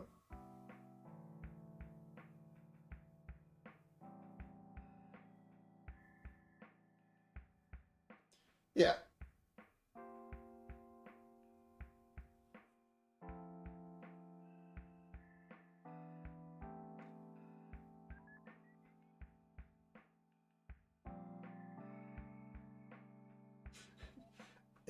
It's built like the Bethesda philosophy of, or like the New Vegas philosophy of, assume the player has a flamethrower on their head that will just go off randomly, and you still have to complete the game. But it's so much more rewarding. Like Noita is the poster child of how much can you get away with, and not showing the player anything and having them learn the plot. You don't even have to know the plot of Noita to beat it, but yeah. I think it was an interview. It comes up with like Yes Men and why Yes Men was implemented. Because Yes Men was implemented assuming that all the event and scenario writers were basically told that everything has to be completable with the player killing everyone. And everybody was like, that doesn't make sense. And they just told him, just assume, for no apparent reason, the player has a flamethrower on their head that will randomly go off and kill the person they're talking to for no other reason than the flamethrower goes off. Build every scenario to have an end state with that given. You can look it up and find it, but the flamethrower on head, it just stuck with me because it's kind of amazing and terrible.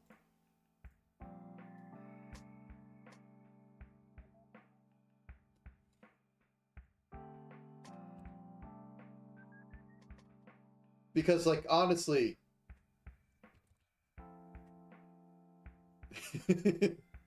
Oh, no. I can see this going poorly, yeah.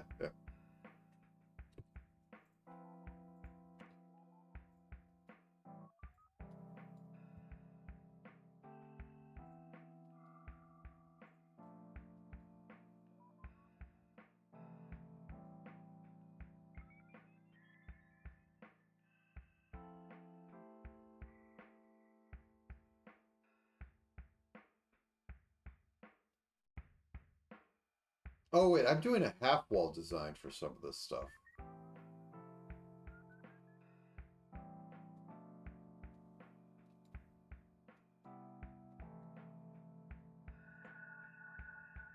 Yeah, I forgot, I'm doing Dragon Quest tiles, not this. Like, these make sense because I do half for the buildings, but, let's just, move this down.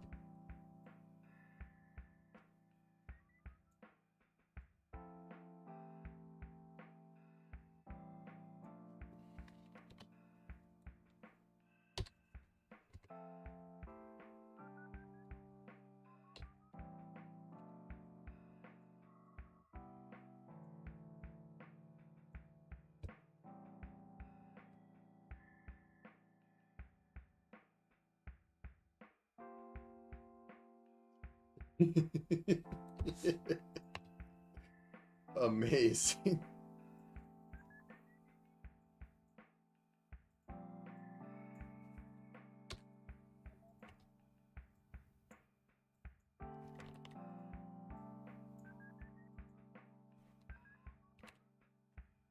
Well, it'll be interesting. We'll have to see how it works.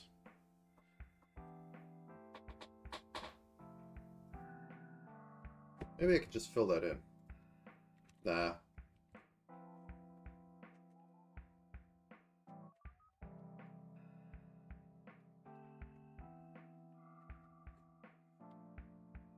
probably slide this down one more, though.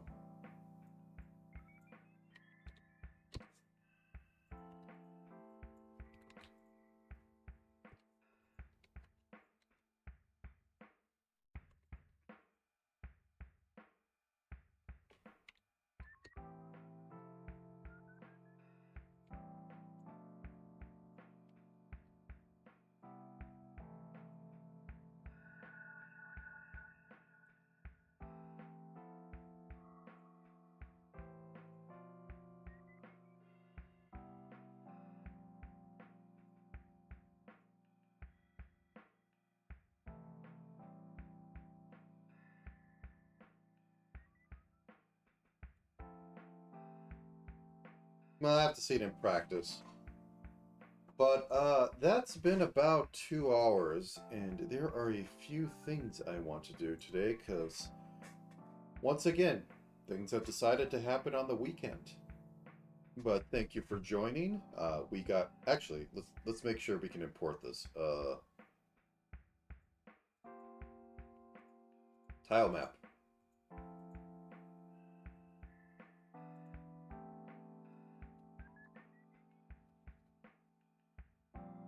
Yeah, let's finish this up so I don't shoot myself in the foot later. So there was collisions to add on here. Terrain.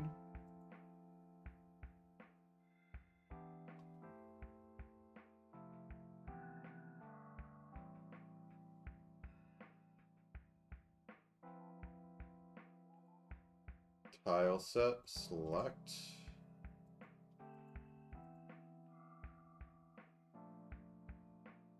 Physics. There it is.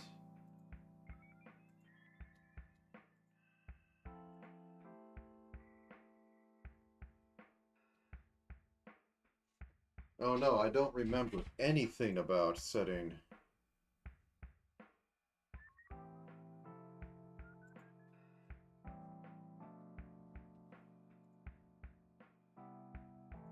Physics. Oh, yeah, I didn't actually do anything in the top. Okay, I remember now. There is a way to set this, but I didn't in the past. Okay, I terrified myself for a second, thought it was all screwed up. But no, I think we're good. All this is selectable, which is fine. I got a few more things. Actually, how does the overworld look right now? So we just updated... Yeah, that's fine. I need to make a ruined entrance for that, which I can reuse. We're good. Okay. With that said... Oh, I didn't close this window, so you didn't see that. Oh well, it was me fiddling, trying to see if there's collision on tiles, but I didn't have collision on tiles. I just was using stupid boundaries because that's a lot simpler for me. Anyways, just going to say thank you for coming.